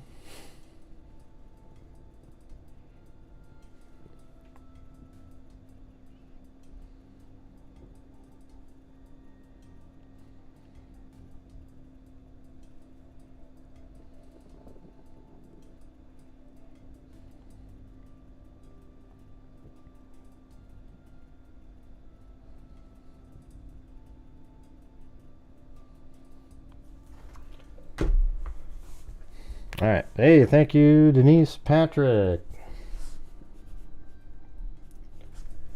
If it's safe to say that there is a lot of information the prosecution knows that hasn't been released, I think there's a ton of stuff that we haven't seen that we hear little snippets of. Put a 1 if you think the defense team is going to put out something really damning that the prosecution hasn't put out. And the answer is no. They're not going to do that. The defense team is not going to say, oh, guess what? Guess what, everybody? There's a picture of the... See, Indigo is just one of those contrarians, you know. Every single thing you say, they just always are going to say. So anyways, the damning... they're not going to tell you, for example, if the prosecution has video of Abby and Libby... Or not Abby and Libby, has video of Richard Allen's vehicle driving by after going this way. So here's what I think. This is where Richard Allen lives. I think when he left that day, he didn't want to drive through town because there's a lot of cameras. So he drove this direction, and he went right to here, to North 450 West, took a left, and then he went to 300 West 300 North, which is the main road where the cemetery is, etc. It's just further away. So he gets right here, and he drove like this, and he came around. This is what my theory's always been. Got to right here, turned, and then he drives by the cemetery, comes by here, goes by the Hoosier Harvest Store at 127 and parks his car. Then after the homicides, he walks from the crime scene, comes up this direction, and I don't know how he did it, but it could be that he walked behind like this, came in, maybe went like this and around over here to get to his car. I don't know. Or maybe they've even got him on the camera at the Hoosier Harvest Store right there. But I think after he got into his car here, he likely wouldn't again want to be seen in town. So he came back this direction again and passed the Hoosier Harvest Store. And then drove by the parking area here. And then all the way around again. Came over here. And then he goes to North 450 West. Drives down. And then he makes his way back home. Yeah, I don't know if he went right back home that second. Actually, just goes right there. But what if they have him on camera, his same vehicle driving by this way? They didn't need to put that into the probable cause document because they've already got enough. It's 51%. They give you as little as possible. So what if they have him on there? Do you think the defense is going to say, hey, everybody, guess what? They also have him leaving because they want an out somehow where it wasn't him and he was somewhere else and we don't know where he was. We can't really rely on Sarah Carbaugh, who said that she saw him muddy and bloody, those kinds of things. Can't rely on that, But then if you have his car driving by here at like 4:02 or something, oh, well, shit. Now Sarah Carbaugh's sighting is very plausible. And he was there during that entire time, you see. They're not going to throw that in there. So what if they have that piece of information? Right? You ever thought of that? Yeah, well, Inigo, they're not going to tell the public that what I just told you. Okay?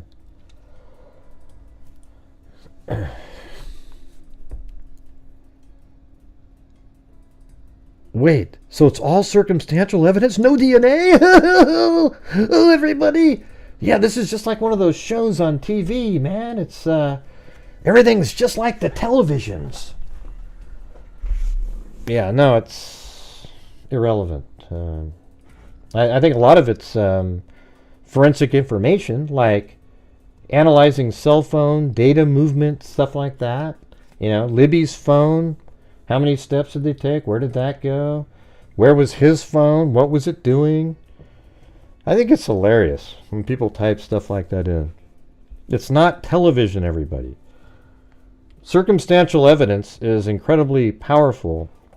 For example, if you had a building that is on camera and there's a door and there's no way out other than the door that you're looking at, and you see Joe walk into the room, and then a guy named Bob come in after that, and Bob's holding a gun, and then he goes in there, and then you see Bob leaving again, and then later you walk in, and you see the camera the whole time, nobody else has come in or gone, then you enter the room, and there's Joe in there, and he's not alive anymore, and it turns out he was shot. Well, it's really, really, really good circumstantial evidence that he was shot by Bob. Right?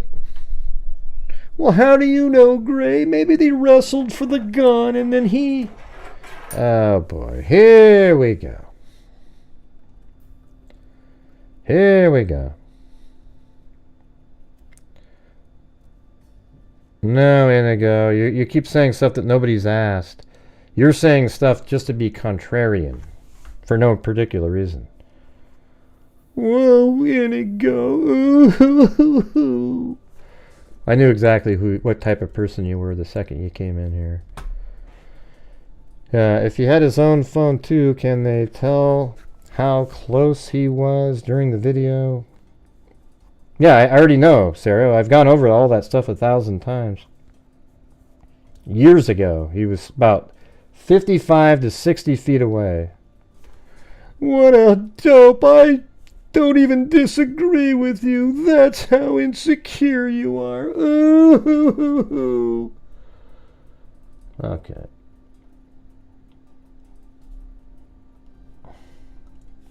Look in the mirror when you want to see a dope. Let's see. I don't know who that is. I don't know who any of you guys are talking about. Hey, thanks, Lanky Tor.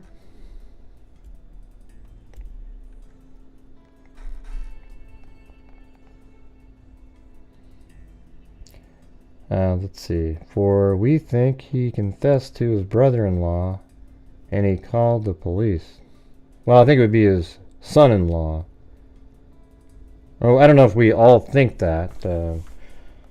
Yeah, there could be a story like he was out with his daughter's husband and he said something, and then his daughter and her husband were talking about something, and then that led to a tip that went back to Richard Allen. See, this is how weird this is. It's like Richard Allen is somebody that should have been arrested within 2 weeks maximum of the homicides, and should have been exactly like what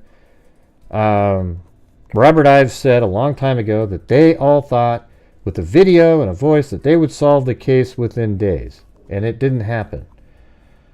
Days or weeks. Never happened. And the reason it didn't happen was because when Dan Doolin interviewed him, the tip that he put in there, it never made it to the eyes of somebody else. And Dan Doolin himself, for some reason, never came forward again and said, you know what, have you guys ever taken a look at that one guy? Because he seemed more interested in, note to self, who were the 3 girls that Richard Allen walked by? And it's like, who cares who the 3 girls were, okay? You know, you had the guy right there. He said he got there at 1:30 and he left at 3:30.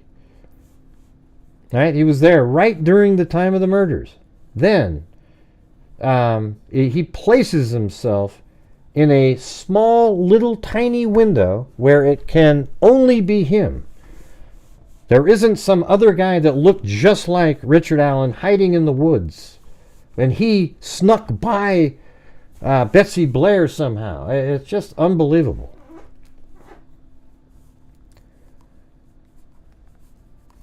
Yeah, it's probably pretty blurry. It's hard to tell.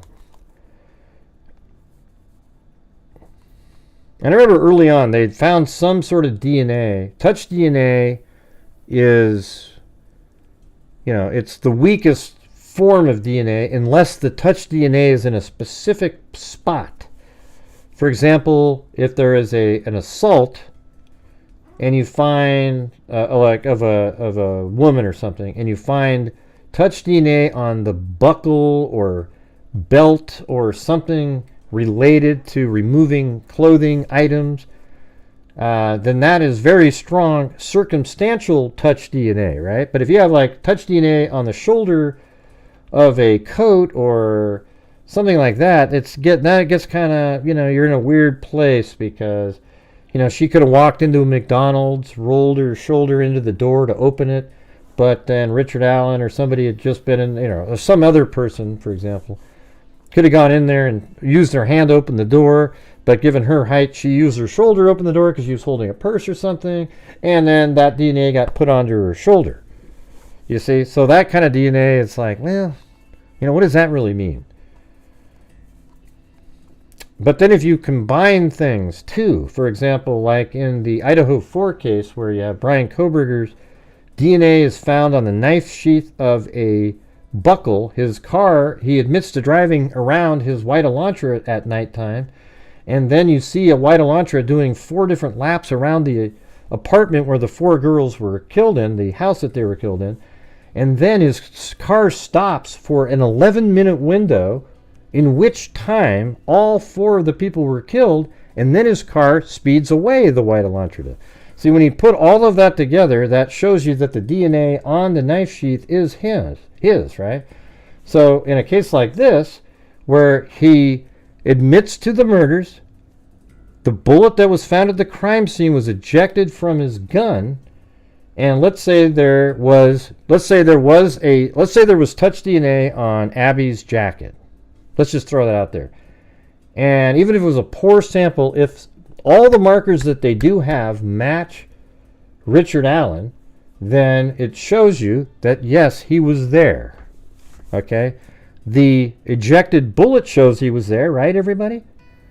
The timing of him saying that he was there, passing the girls, putting him in this little short window, that shows that he was there, and he's confessed. How about that, everybody? How about that? Does that sound good?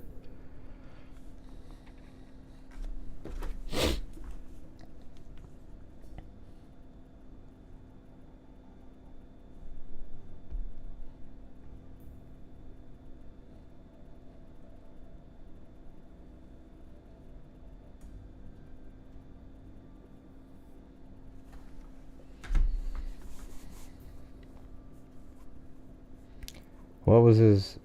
Huh? No, that was, I think it was a different person.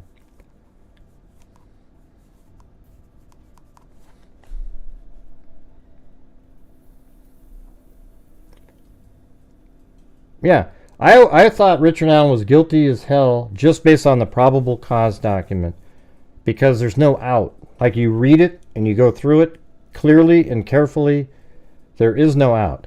So maybe tomorrow we have to go through that again, just before the trial starts, just so you have it in your mind. And, you know, things have been updated too. Like, we have the precise times. What else? I mean, they do have phone information, etc. So maybe tomorrow we'll go over that probable cause again. There was a version that was better. I'll go find that one.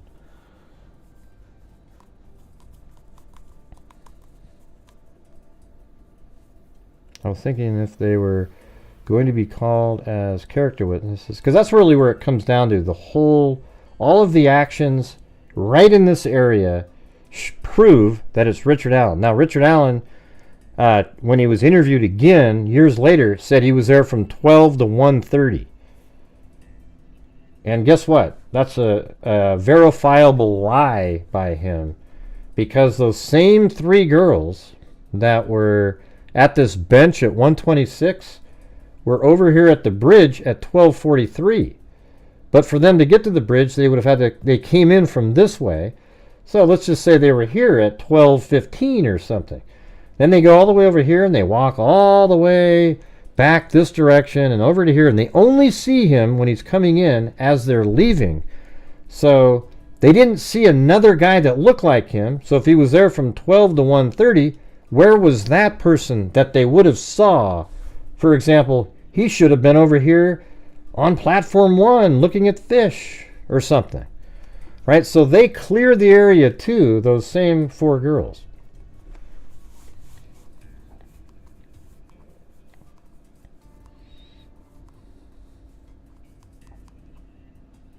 Mm-hmm. Yeah, he should have just, he wanted to confess and to, you know, plead guilty, but his defense team didn't want him to, because they probably saw it as a cash-making opportunity where they could just keep stringing him along and along and along, and they're going to try to do their best to get a guilty person off. Because I absolutely believe that Richard Allen is this guy. He found religion when he got into prison, and because of that, he confessed. But then his wife, when he heard it, goes, oh my God, told his attorneys. Then they said, start drooling on your shirt, start doing all these crazy things, because we got to make sure that, you know, give some doubt into your confessions. Now we also want you to start confessing to a lot of other people and put absolutely knowingly false information in there, so that it just starts mucking it all up. Unfortunately for him, though, on some of his confessions where he got the religion bug, he gave information that only the killer would know. Isn't that unfortunate for him?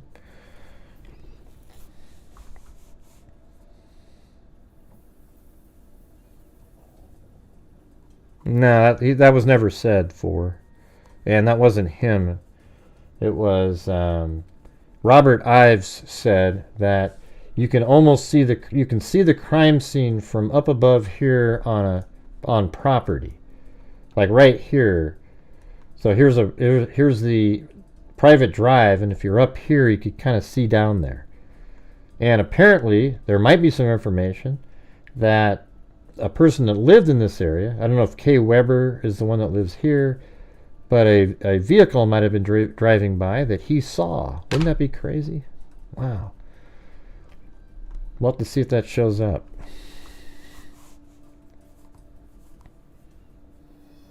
Now that didn't happen for, okay? You're just adding a bunch of stuff in there that isn't real, that you heard on another show somewhere. All we had was Robert Ives saying that you could see the crime scene from the private drive up there.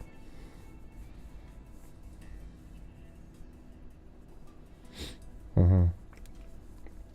Yeah, I cover lots of cases, but people are only interested in ones that they're interested in at the time. when you cover Joe Schmo case, they just go, yeah. During COVID, it was better. More people watched all the different stuff. But all right, guys, if you guys do 40 more in Super Chats, I'll give 5 memberships out. All right? Because nobody's given any memberships out tonight, unfortunately. And by the way, don't do the Karen comments, because we have an actual Karen in here. But hey, but Karen, also realize they're not talking about you. You just happen to have the name Karen.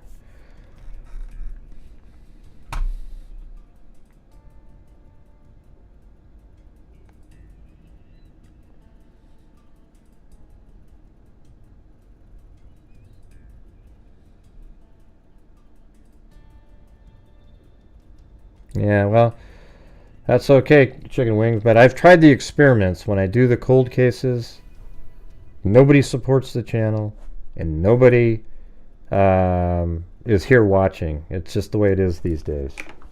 People want just the fresh, new stuff. This one's older, but the trial's coming up.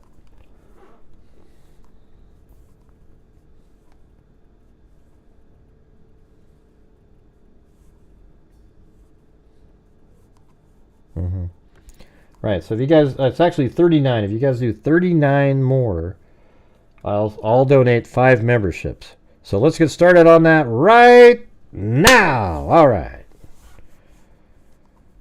Delphi starts tomorrow. Lynn, what do you mean? They do the jury selection tomorrow, etc.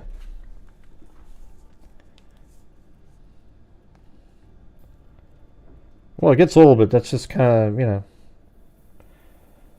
just like when somebody says, hey, man, don't stick out your Johnson. I mean, everybody with the last name of Johnson doesn't get offended, It just is what it is, I don't think anybody looks at your name and when you see it say Karen, where they go, wow, an actual, Thanks, Quilting Bear. Okay, damn, this is all I can... could squeeze out. Well, I don't want anybody, if they can't afford it, to send me anything. I'm just trying to do my best. We absolutely horrendous last 3 days, and just trying to, get things rolling along.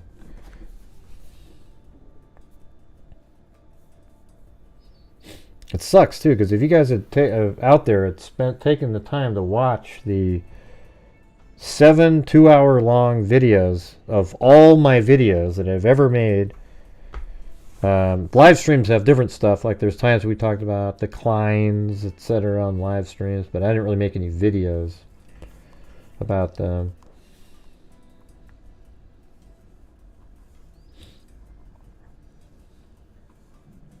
Oh. Retired military humor.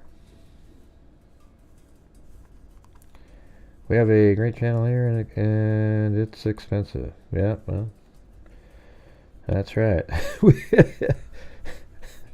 Yeah, I mean, for one of the things, like for example, I have 3D Studio Max, right? That costs $1,600 a year just to have that capability to do the shadow analysis stuff and the animations and the 3D models, etc.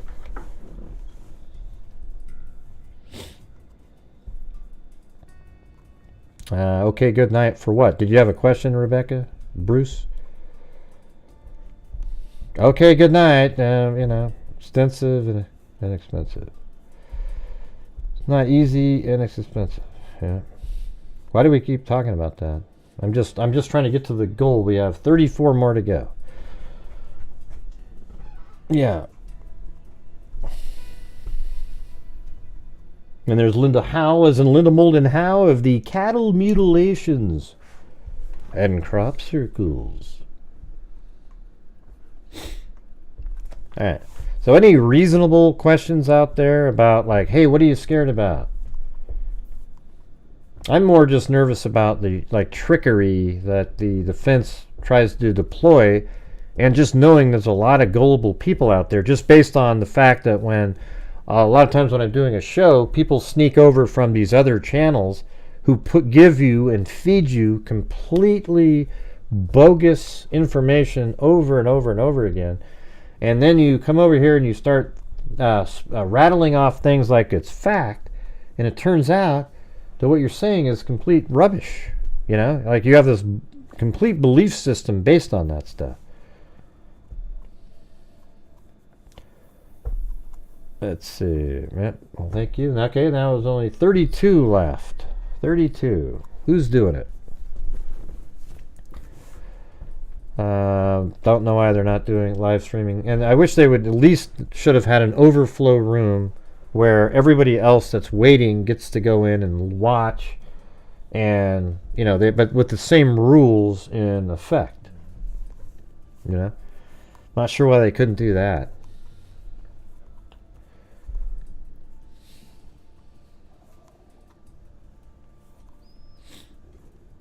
The jury may be sympathetic to his current appearance.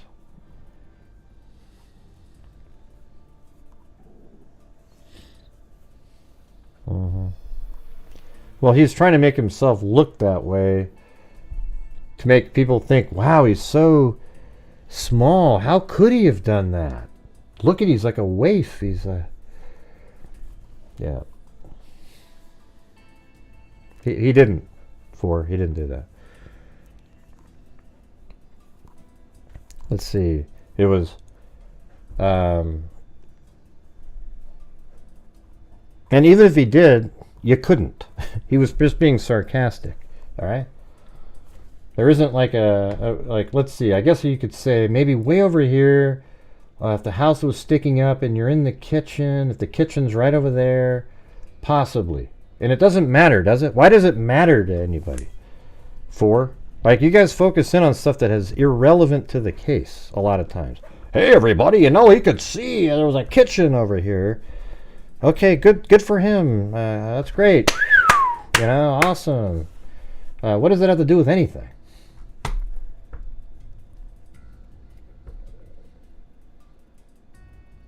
Yeah, I've done it for 7 since the day they were missing.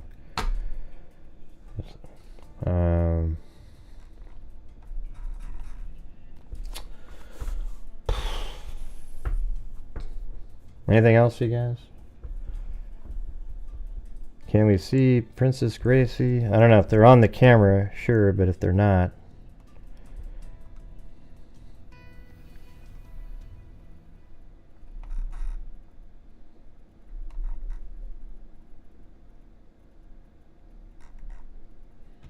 Let me see. Does it work? Well, there's Chloe in blue. I guess my wife just threw him on there, or put Chloe there, and blue's just like, I don't know where Gracie is now. So that's all you got.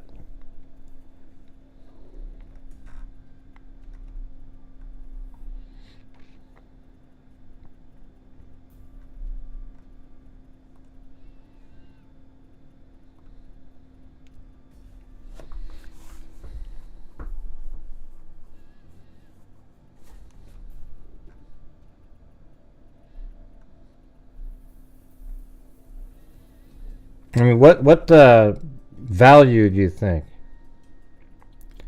on the if you could see from the window, I guess. Well, thank you. Yeah, I mean, it's just one of those things where, like, early on, I used to, like, oh wow, really? Ooh, wow, ooh. But over time, you realize, like, what's valuable information. So, you know, there's never been a witness that we know of that's come forward that said, oh man, I saw him at the crime scene. I saw him move over there. You know, the mere fact that, you know, if you went over to one of these homes, you can kind of see through the woods down to the crime scene. You know, I mean, it's just sort of, wow, okay. If there was somebody there, that would have been interesting, you know. So for me, it's just kind of, that's how my brain works. I don't like to entertain sort of a lot of the side stuff, because I immediately think, what value does that have? You know, sometimes there's stuff that maybe has value in your minds or whatever. And sometimes you might be able to sell me on something like, well, maybe this, and I might go, oh, okay. But in general, it's just, I like to keep moving forward to try to figure out what happened in a case.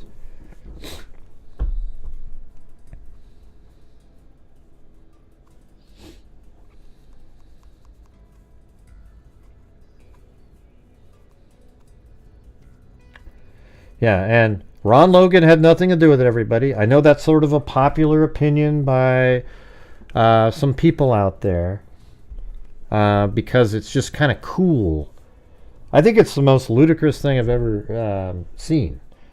It's obvious from the beginning when you look at it. The guy on the bridge looks absolutely nothing like Ron Logan. Not even close. So then you go, well, maybe it was over here. Look, he lied. The lie is completely can be explained, and then you have this ex-girlfriend of his that was pissed at him and just came up with this whole thing like, oh my God, he was doing this, he did that, and then people just get really, and then there's the stories about what he might have said to a prison inmate, put out there by somebody, and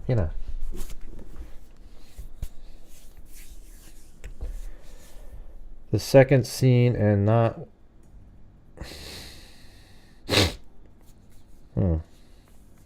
And by the way, 4, I wasn't even talking to you about that. You heard it from some other. I was talking about some other comment up above.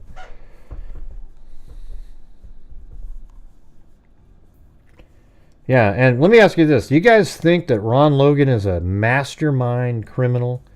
That with the FBI, the Indiana State Police, and them completely doing a forensic and examination of his digital and property and looking at every single thing, and they could find absolutely nothing.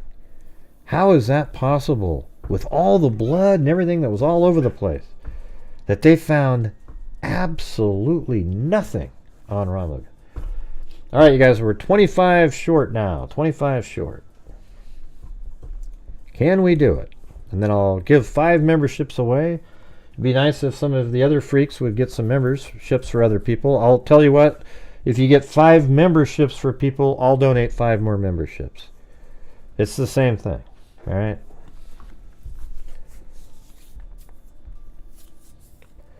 Some other dingleberry.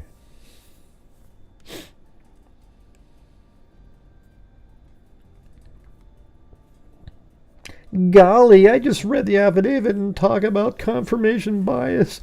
That thing is weak. The officers think that a PT Cruiser SUV matching Ford Focus. Wow. What a little dip. It just look at the thing that looks the same on those cars is the fact that there's a slanted back and there's not a part that goes back. They're just driving by.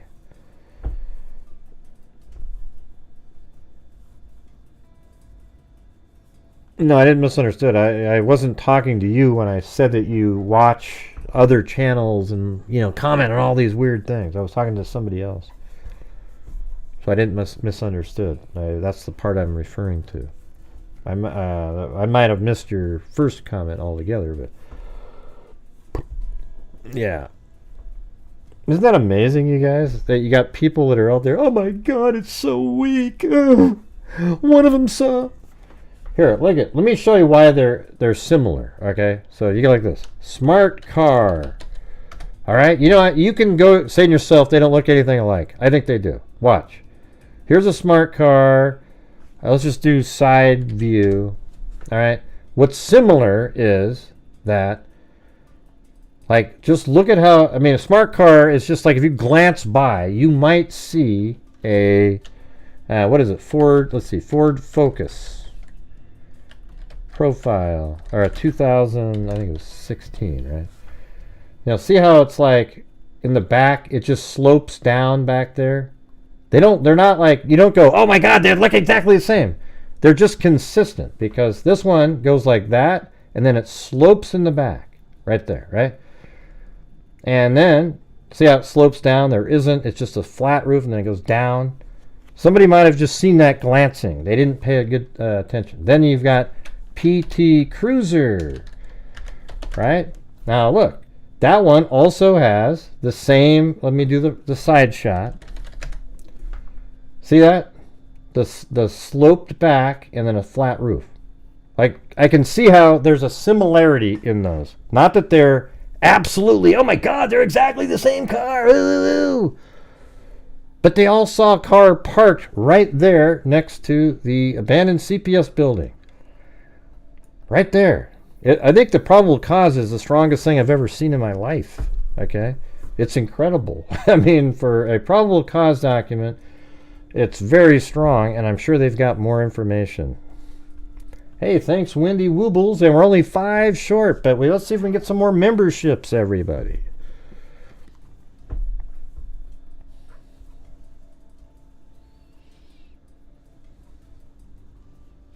I might be able to find, I think I might have that clip somewhere. Let me see.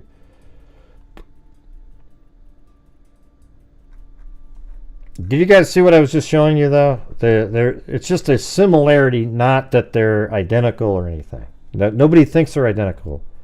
It's just like you're driving by, you see something. It's like, oh yeah, I think it was like a smart car or something, maybe a PT Cruiser, you know. It was, and I actually think that Betsy Blair has a pretty vivid imagination, okay? I bet there isn't one damn PT Cruiser within 1,000 miles of Delphi. Gray, I looked it up. There's 27 in the surrounding areas, you bastard. Hey, thanks, Paulette Leonard.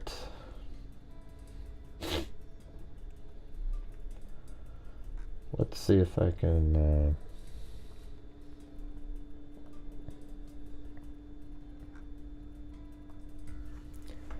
All right, here we go.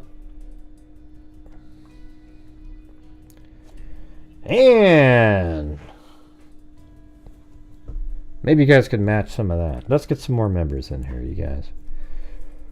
We've got Heather N. We've got 4 became 1. We've got Extreme Blonde. We've got Daphne, who left anyways. And then we've also got Scooby Dooby Doo. Daphne, the good old Cindy's sidekick.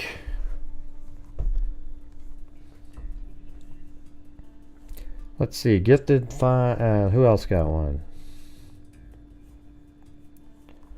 Oh, Extreme Blonde. Scooby Dooby Doo.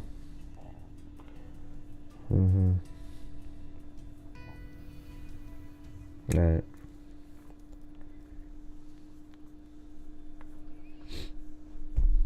Man, I wish other people would like... I always think it's weird when we keep giving multiple out to the same people.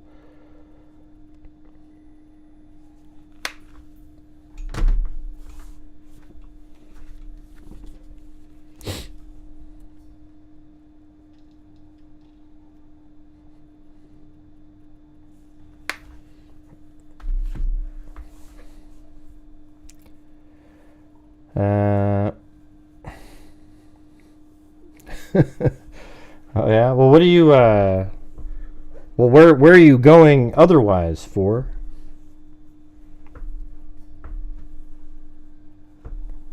At the end, and bring her on the show with me. I guess I could. All the eyewitnesses' evidence fits together with other bits of evidence. I did. I gifted it to you there, 4, just now. I mean, I gifted 5 and you got one of them. Believe it or not. Can you believe it?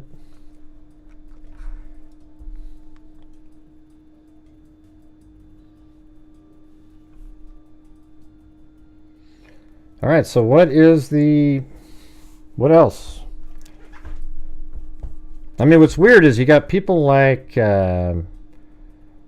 I forgot, I don't even remember the person's name. It's too hard to say.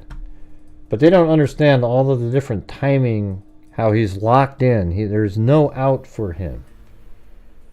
You know, once he passes right here, and Because he said he went right to the bridge after parking his car. He walked to the bridge, past 3 girls. He goes here.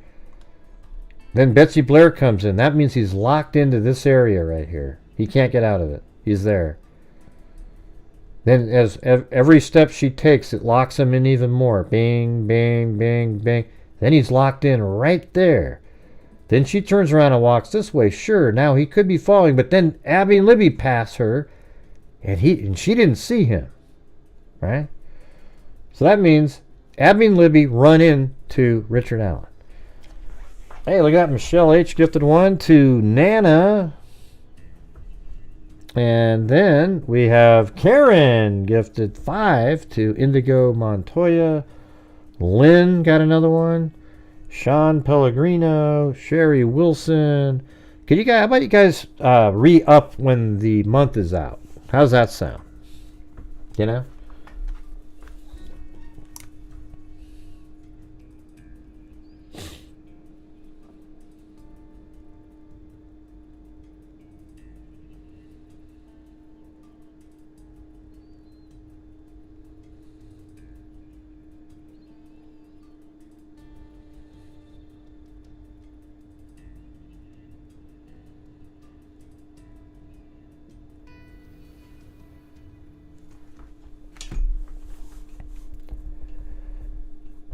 Finally here. Live free or die. Hey, how's it going?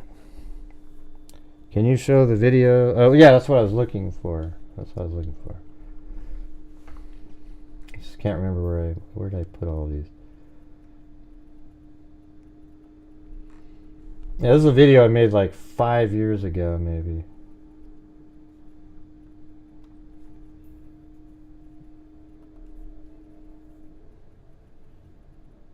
Yeah.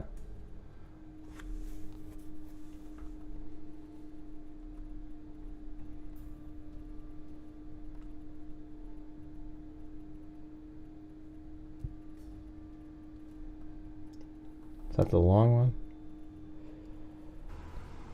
Okay, this video right here is, yeah, that was long, that was the long version. I don't want that one. That one. See, look at. So what you're looking at, that's platform 3 right there. And on the bridge, that is this one. Right here. That's the shot where Libby goes on there and takes a photograph of Abby at 207 as they're heading across that direction. So that's that platform. I don't have Libby, Abby in the exact right spot, like it's too hard with the angle, but I had to use this shadow capture thing to make it look like they're walking on this bridge. So see that? That's pretty cool. That shadow matches perfectly. I had to build 3D models of the bridge, and then you eliminate the bridge but keep the shadow. But anyway, see right there, that's the full shot of the bridge where Libby bends down, and then in front of her is the platform, different angle, different type of camera, so it looks further in the other one. Then she goes on to the 3rd platform and then takes a picture of Abby walking. And that's the picture right there. And see, this is the maroon shirt that was still underneath the sweatshirt at the crime scene, but the sweatshirt was Libby's sweatshirt that she was wearing.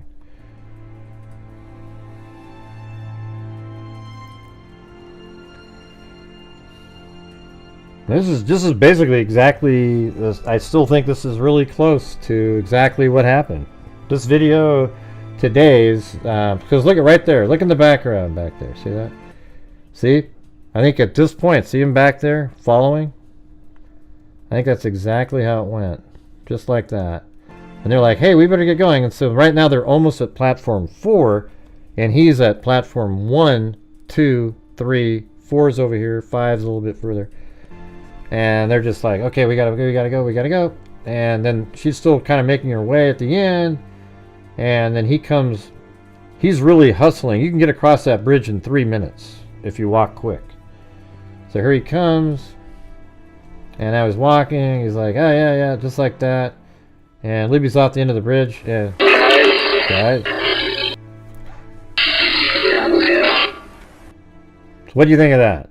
I mean, and here is what Becky, who has seen the actual video, she told people to watch this video because it is really close, to what, happened basically. So there you go. You can just take a look at that and say, okay, that's how it went.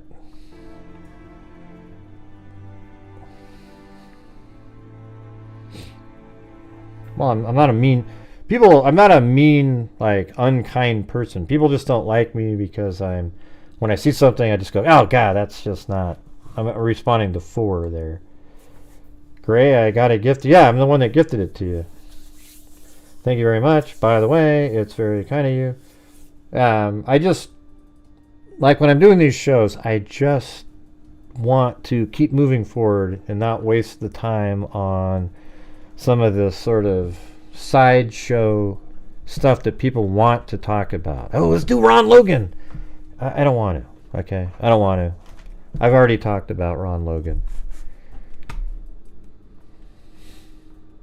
I think what you're going to see is there's a lot of phone information. Where was Richard Allen's phone, by the way? Okay, so if Richard Allen, he said he was surfing, doing stock tickers, right? Well, that necessarily means that his phone needs to be connected to the cell towers or Wi-Fi or something to use it. And it should show that he was standing right there.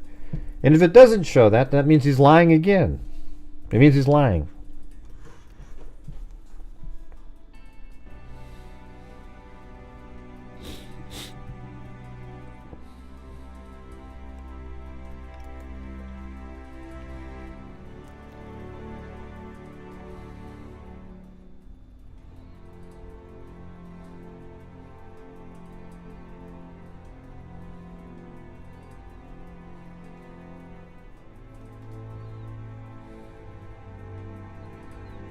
I kind of combined a couple videos, that's why that slides around like that.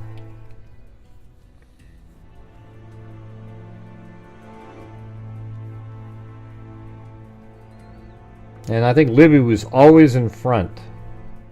She was always further ahead, coaxing her along. And at the end, she's like, hey, come on, hurry up.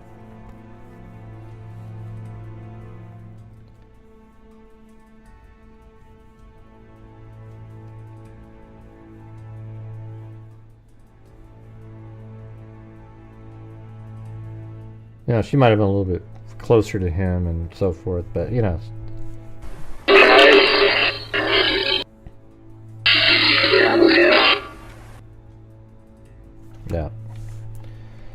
So there you go. And jury selection starts tomorrow.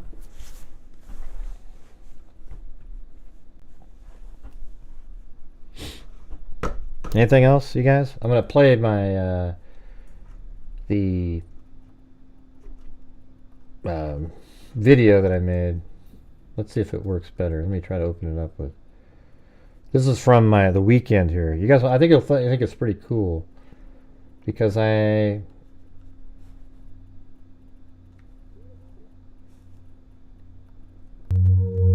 at this. Does it play smoothly though? Why is it not playing smoothly? Makes me angry. I don't know if it's going to.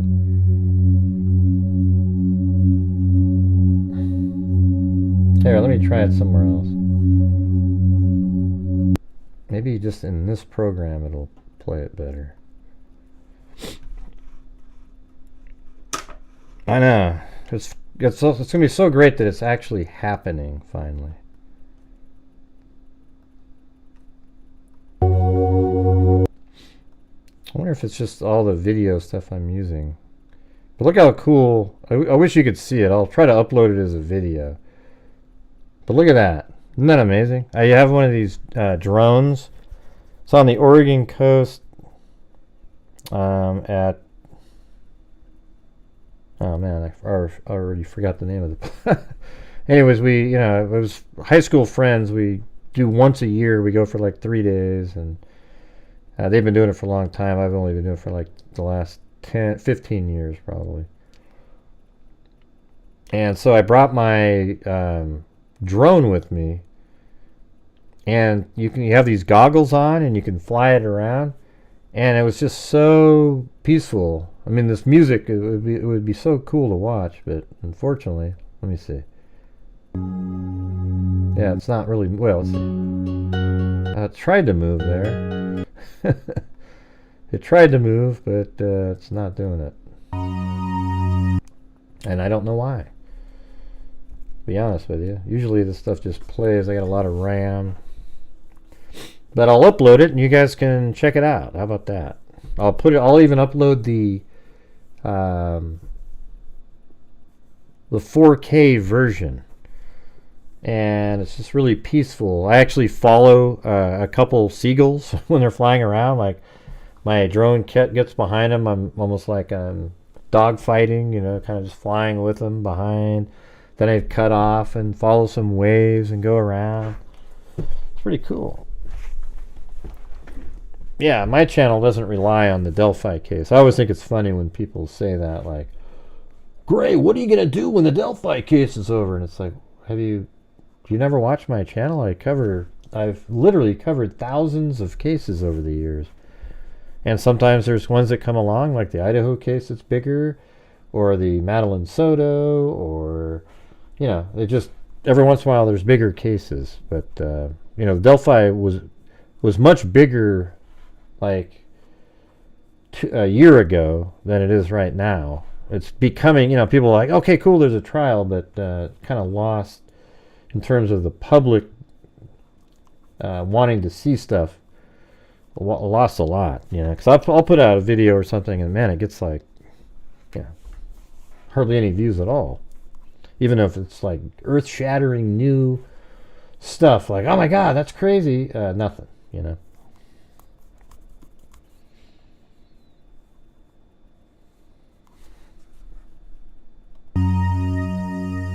Yeah, I slowed it down. I wonder if that has something to do with it. Here, maybe if I speed, because earlier I could just watch it. It wasn't really, because I slowed everything down because it's shot in 60 frames a second.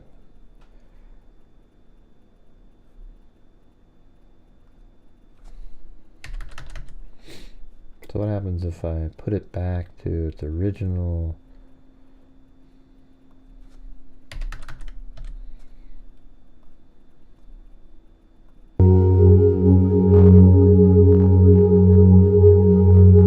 Almost working.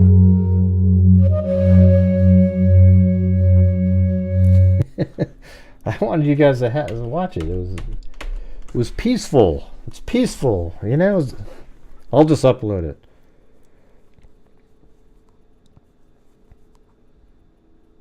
Well, thank you for. Yeah, it was just a lot of. Oh, you live in Bandon? Yeah, this is in. God, what's the name of this place? It's where, the crabbing place. It's not too far, really, from Bandon. I think it's like, 80 miles or so. Or I guess I can look at it. Hold on. Walport, I think. Yeah, it's, is that right? Walport? Yeah, right here. And the crabbing, I guess they do, is right in here, this area. And we were just kind of, let's see. Yeah. That kind of looks right.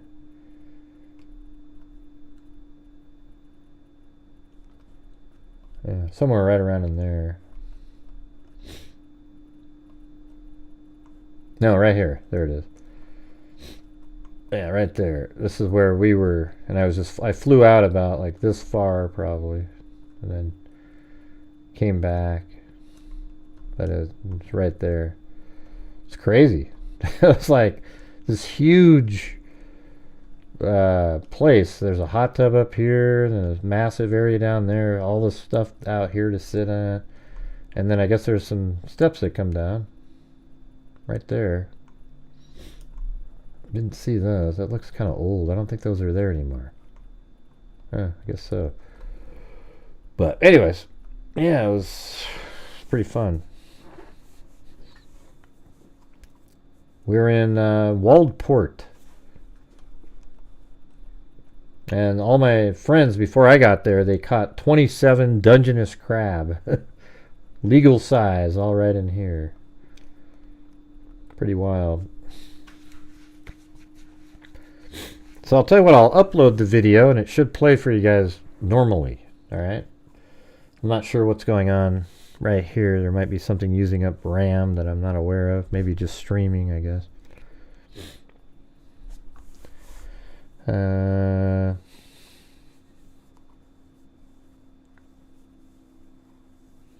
Anyone seen the videos besides the cops? And thought Grace said, Becky said it.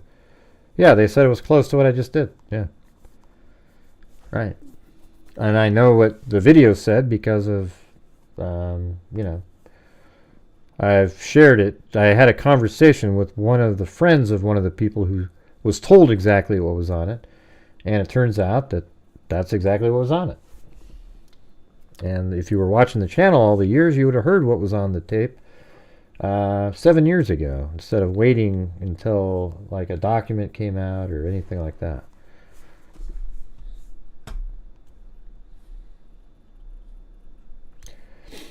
Yeah, there was hardly anybody on this beach at all. You only want to go to Astoria? I think this place, Waldport, is. Astoria is cool, but it's not quite. It's up here. It's on the northern. There's a long bridge that goes into Washington up here, but I don't know. It's not really that great. I mean, I guess if you like being around tons of people and stuff, but I like beaches that have hardly anybody. There's another one here, like Cannon Beach right here. So this one's sweet. It has the haystack rocks, you know.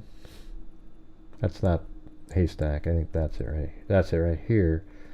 Haystack rock. These used to be all part of volcanoes. I think that's haystack rock. But anyways, Cannon Beach is right here. And then if you drive down the highway, there's like a tunnel. Yeah, right here. And then what you do is right before you go through the tunnel, you pull over and you park right here, and then you go down. Look at this awesome beach here called Arch Cape. There's this freshwater creek that comes in, and there's these really amazing, beautiful brook trout up in the mountains. You can actually follow it all the way up into here, way up into there. It's crazy. But if you park your car, you can walk right down here, and there's nobody on this beach ever. And then when the tide's out, you see people kind of walk around like this, and then you can get over to this area too. But it's kind of dangerous. Like you walk around and yeah.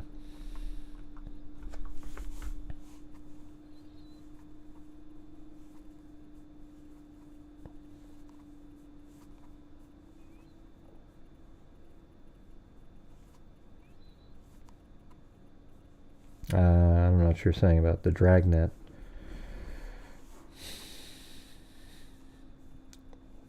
Who's boots on the ground? I can't stand that term, by the way.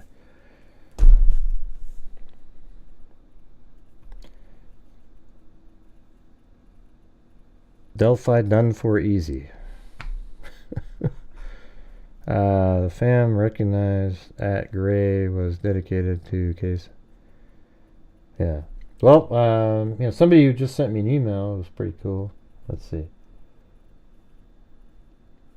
All right, hold on.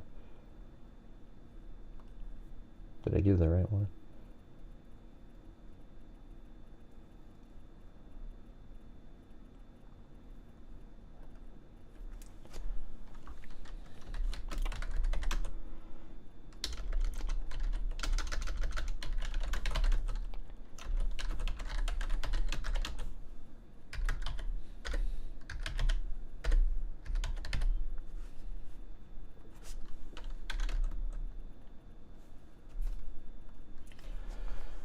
They said Well, a person I was talking to earlier in the media said, "You are liked and appreciated in Delphi." That's all I care about, right there. Okay. So that's a good feeling. I'm liked and appreciated in Delphi. All right.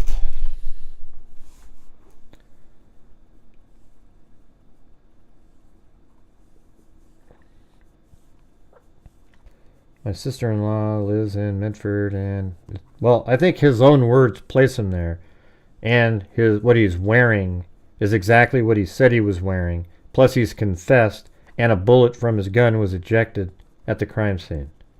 I think that's enough, you know. But I'm sure they've got a lot more. If the trial's going to be that long, there's more stuff. And I'm looking forward to hearing that. So, anyways, I think that's going to do it. I'm sorry I can't play that video. Let me see what happens if this is open. Let me just save this and I close it. Now that's not using up RAM right now. Will it play now? But it didn't a minute ago.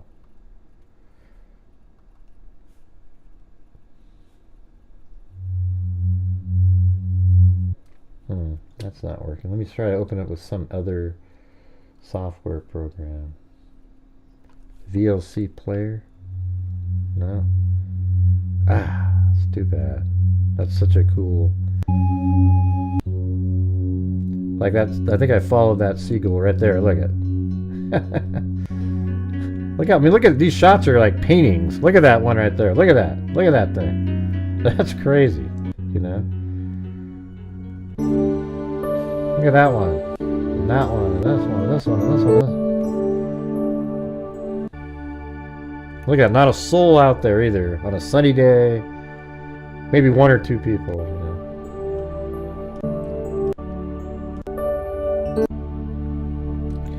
But I guess we'll have to upload it so you can watch it. Hey, I'll upload it right after the show. So like it might take a half hour, but come back and check it out later. All right. I never even went out to the beach, onto the beach area. Didn't really need to. It was like I was just flying around like I was a bird looking at it.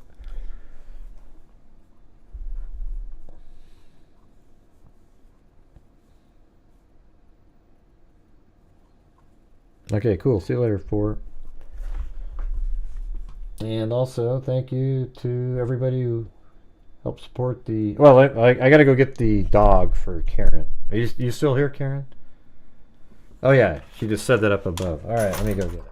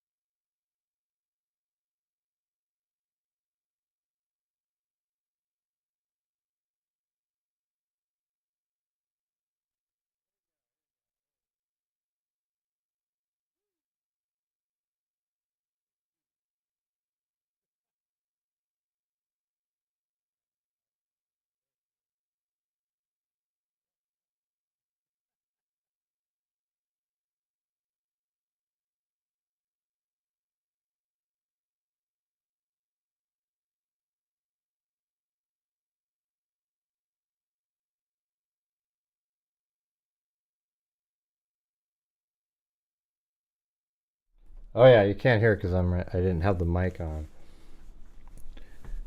Here, let's do it. I'll do it like this. Here we go.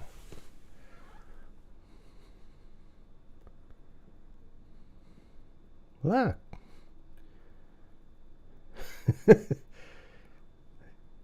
It's me. It's a dog.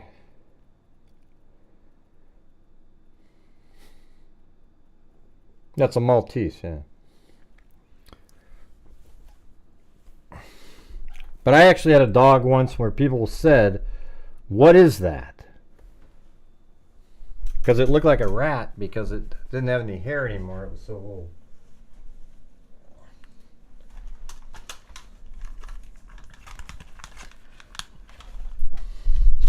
But anyways, I think that's going to do it for tonight. Alright, so we'll see you guys tomorrow. Hopefully we'll get some updates, see what's going on. But appreciate everybody for helping out. We got Chicken Wing, Richard Watts, Kathy Friedenmaker, Monica Reeves, Watts the Obsession, Kim DiMaggio, Maria Pintler, Ozzy Trisha, Lisa Valenzuela, Tracy Harrison Sass, Nikki Zubs, Ozzy Trisha, Chicken Wing, Michelle H, Allie Cake, Ozzy Trisha, Alex, Cheryl Bullock, Jim Lon, Monica Reeves, Bilbo, Sandy Shirley, Tina G, Wendy Rokel, David Arnold, Valencia Mom,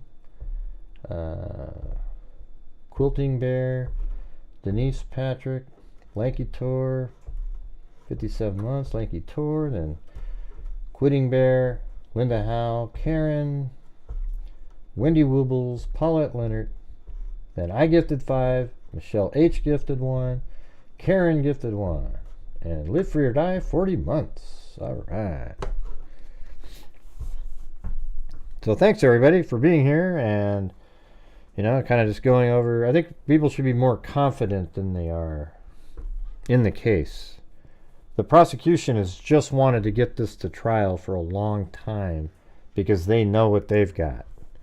The defense team has tried to throw everything at it, knowing that their client has confessed multiple times with information that only the killer would know, that a bullet from his gun was ejected from his gun and left at the crime scene, and that he places himself at the crime scene during the crime, and he tried to lie and change the time that he was there at a different time.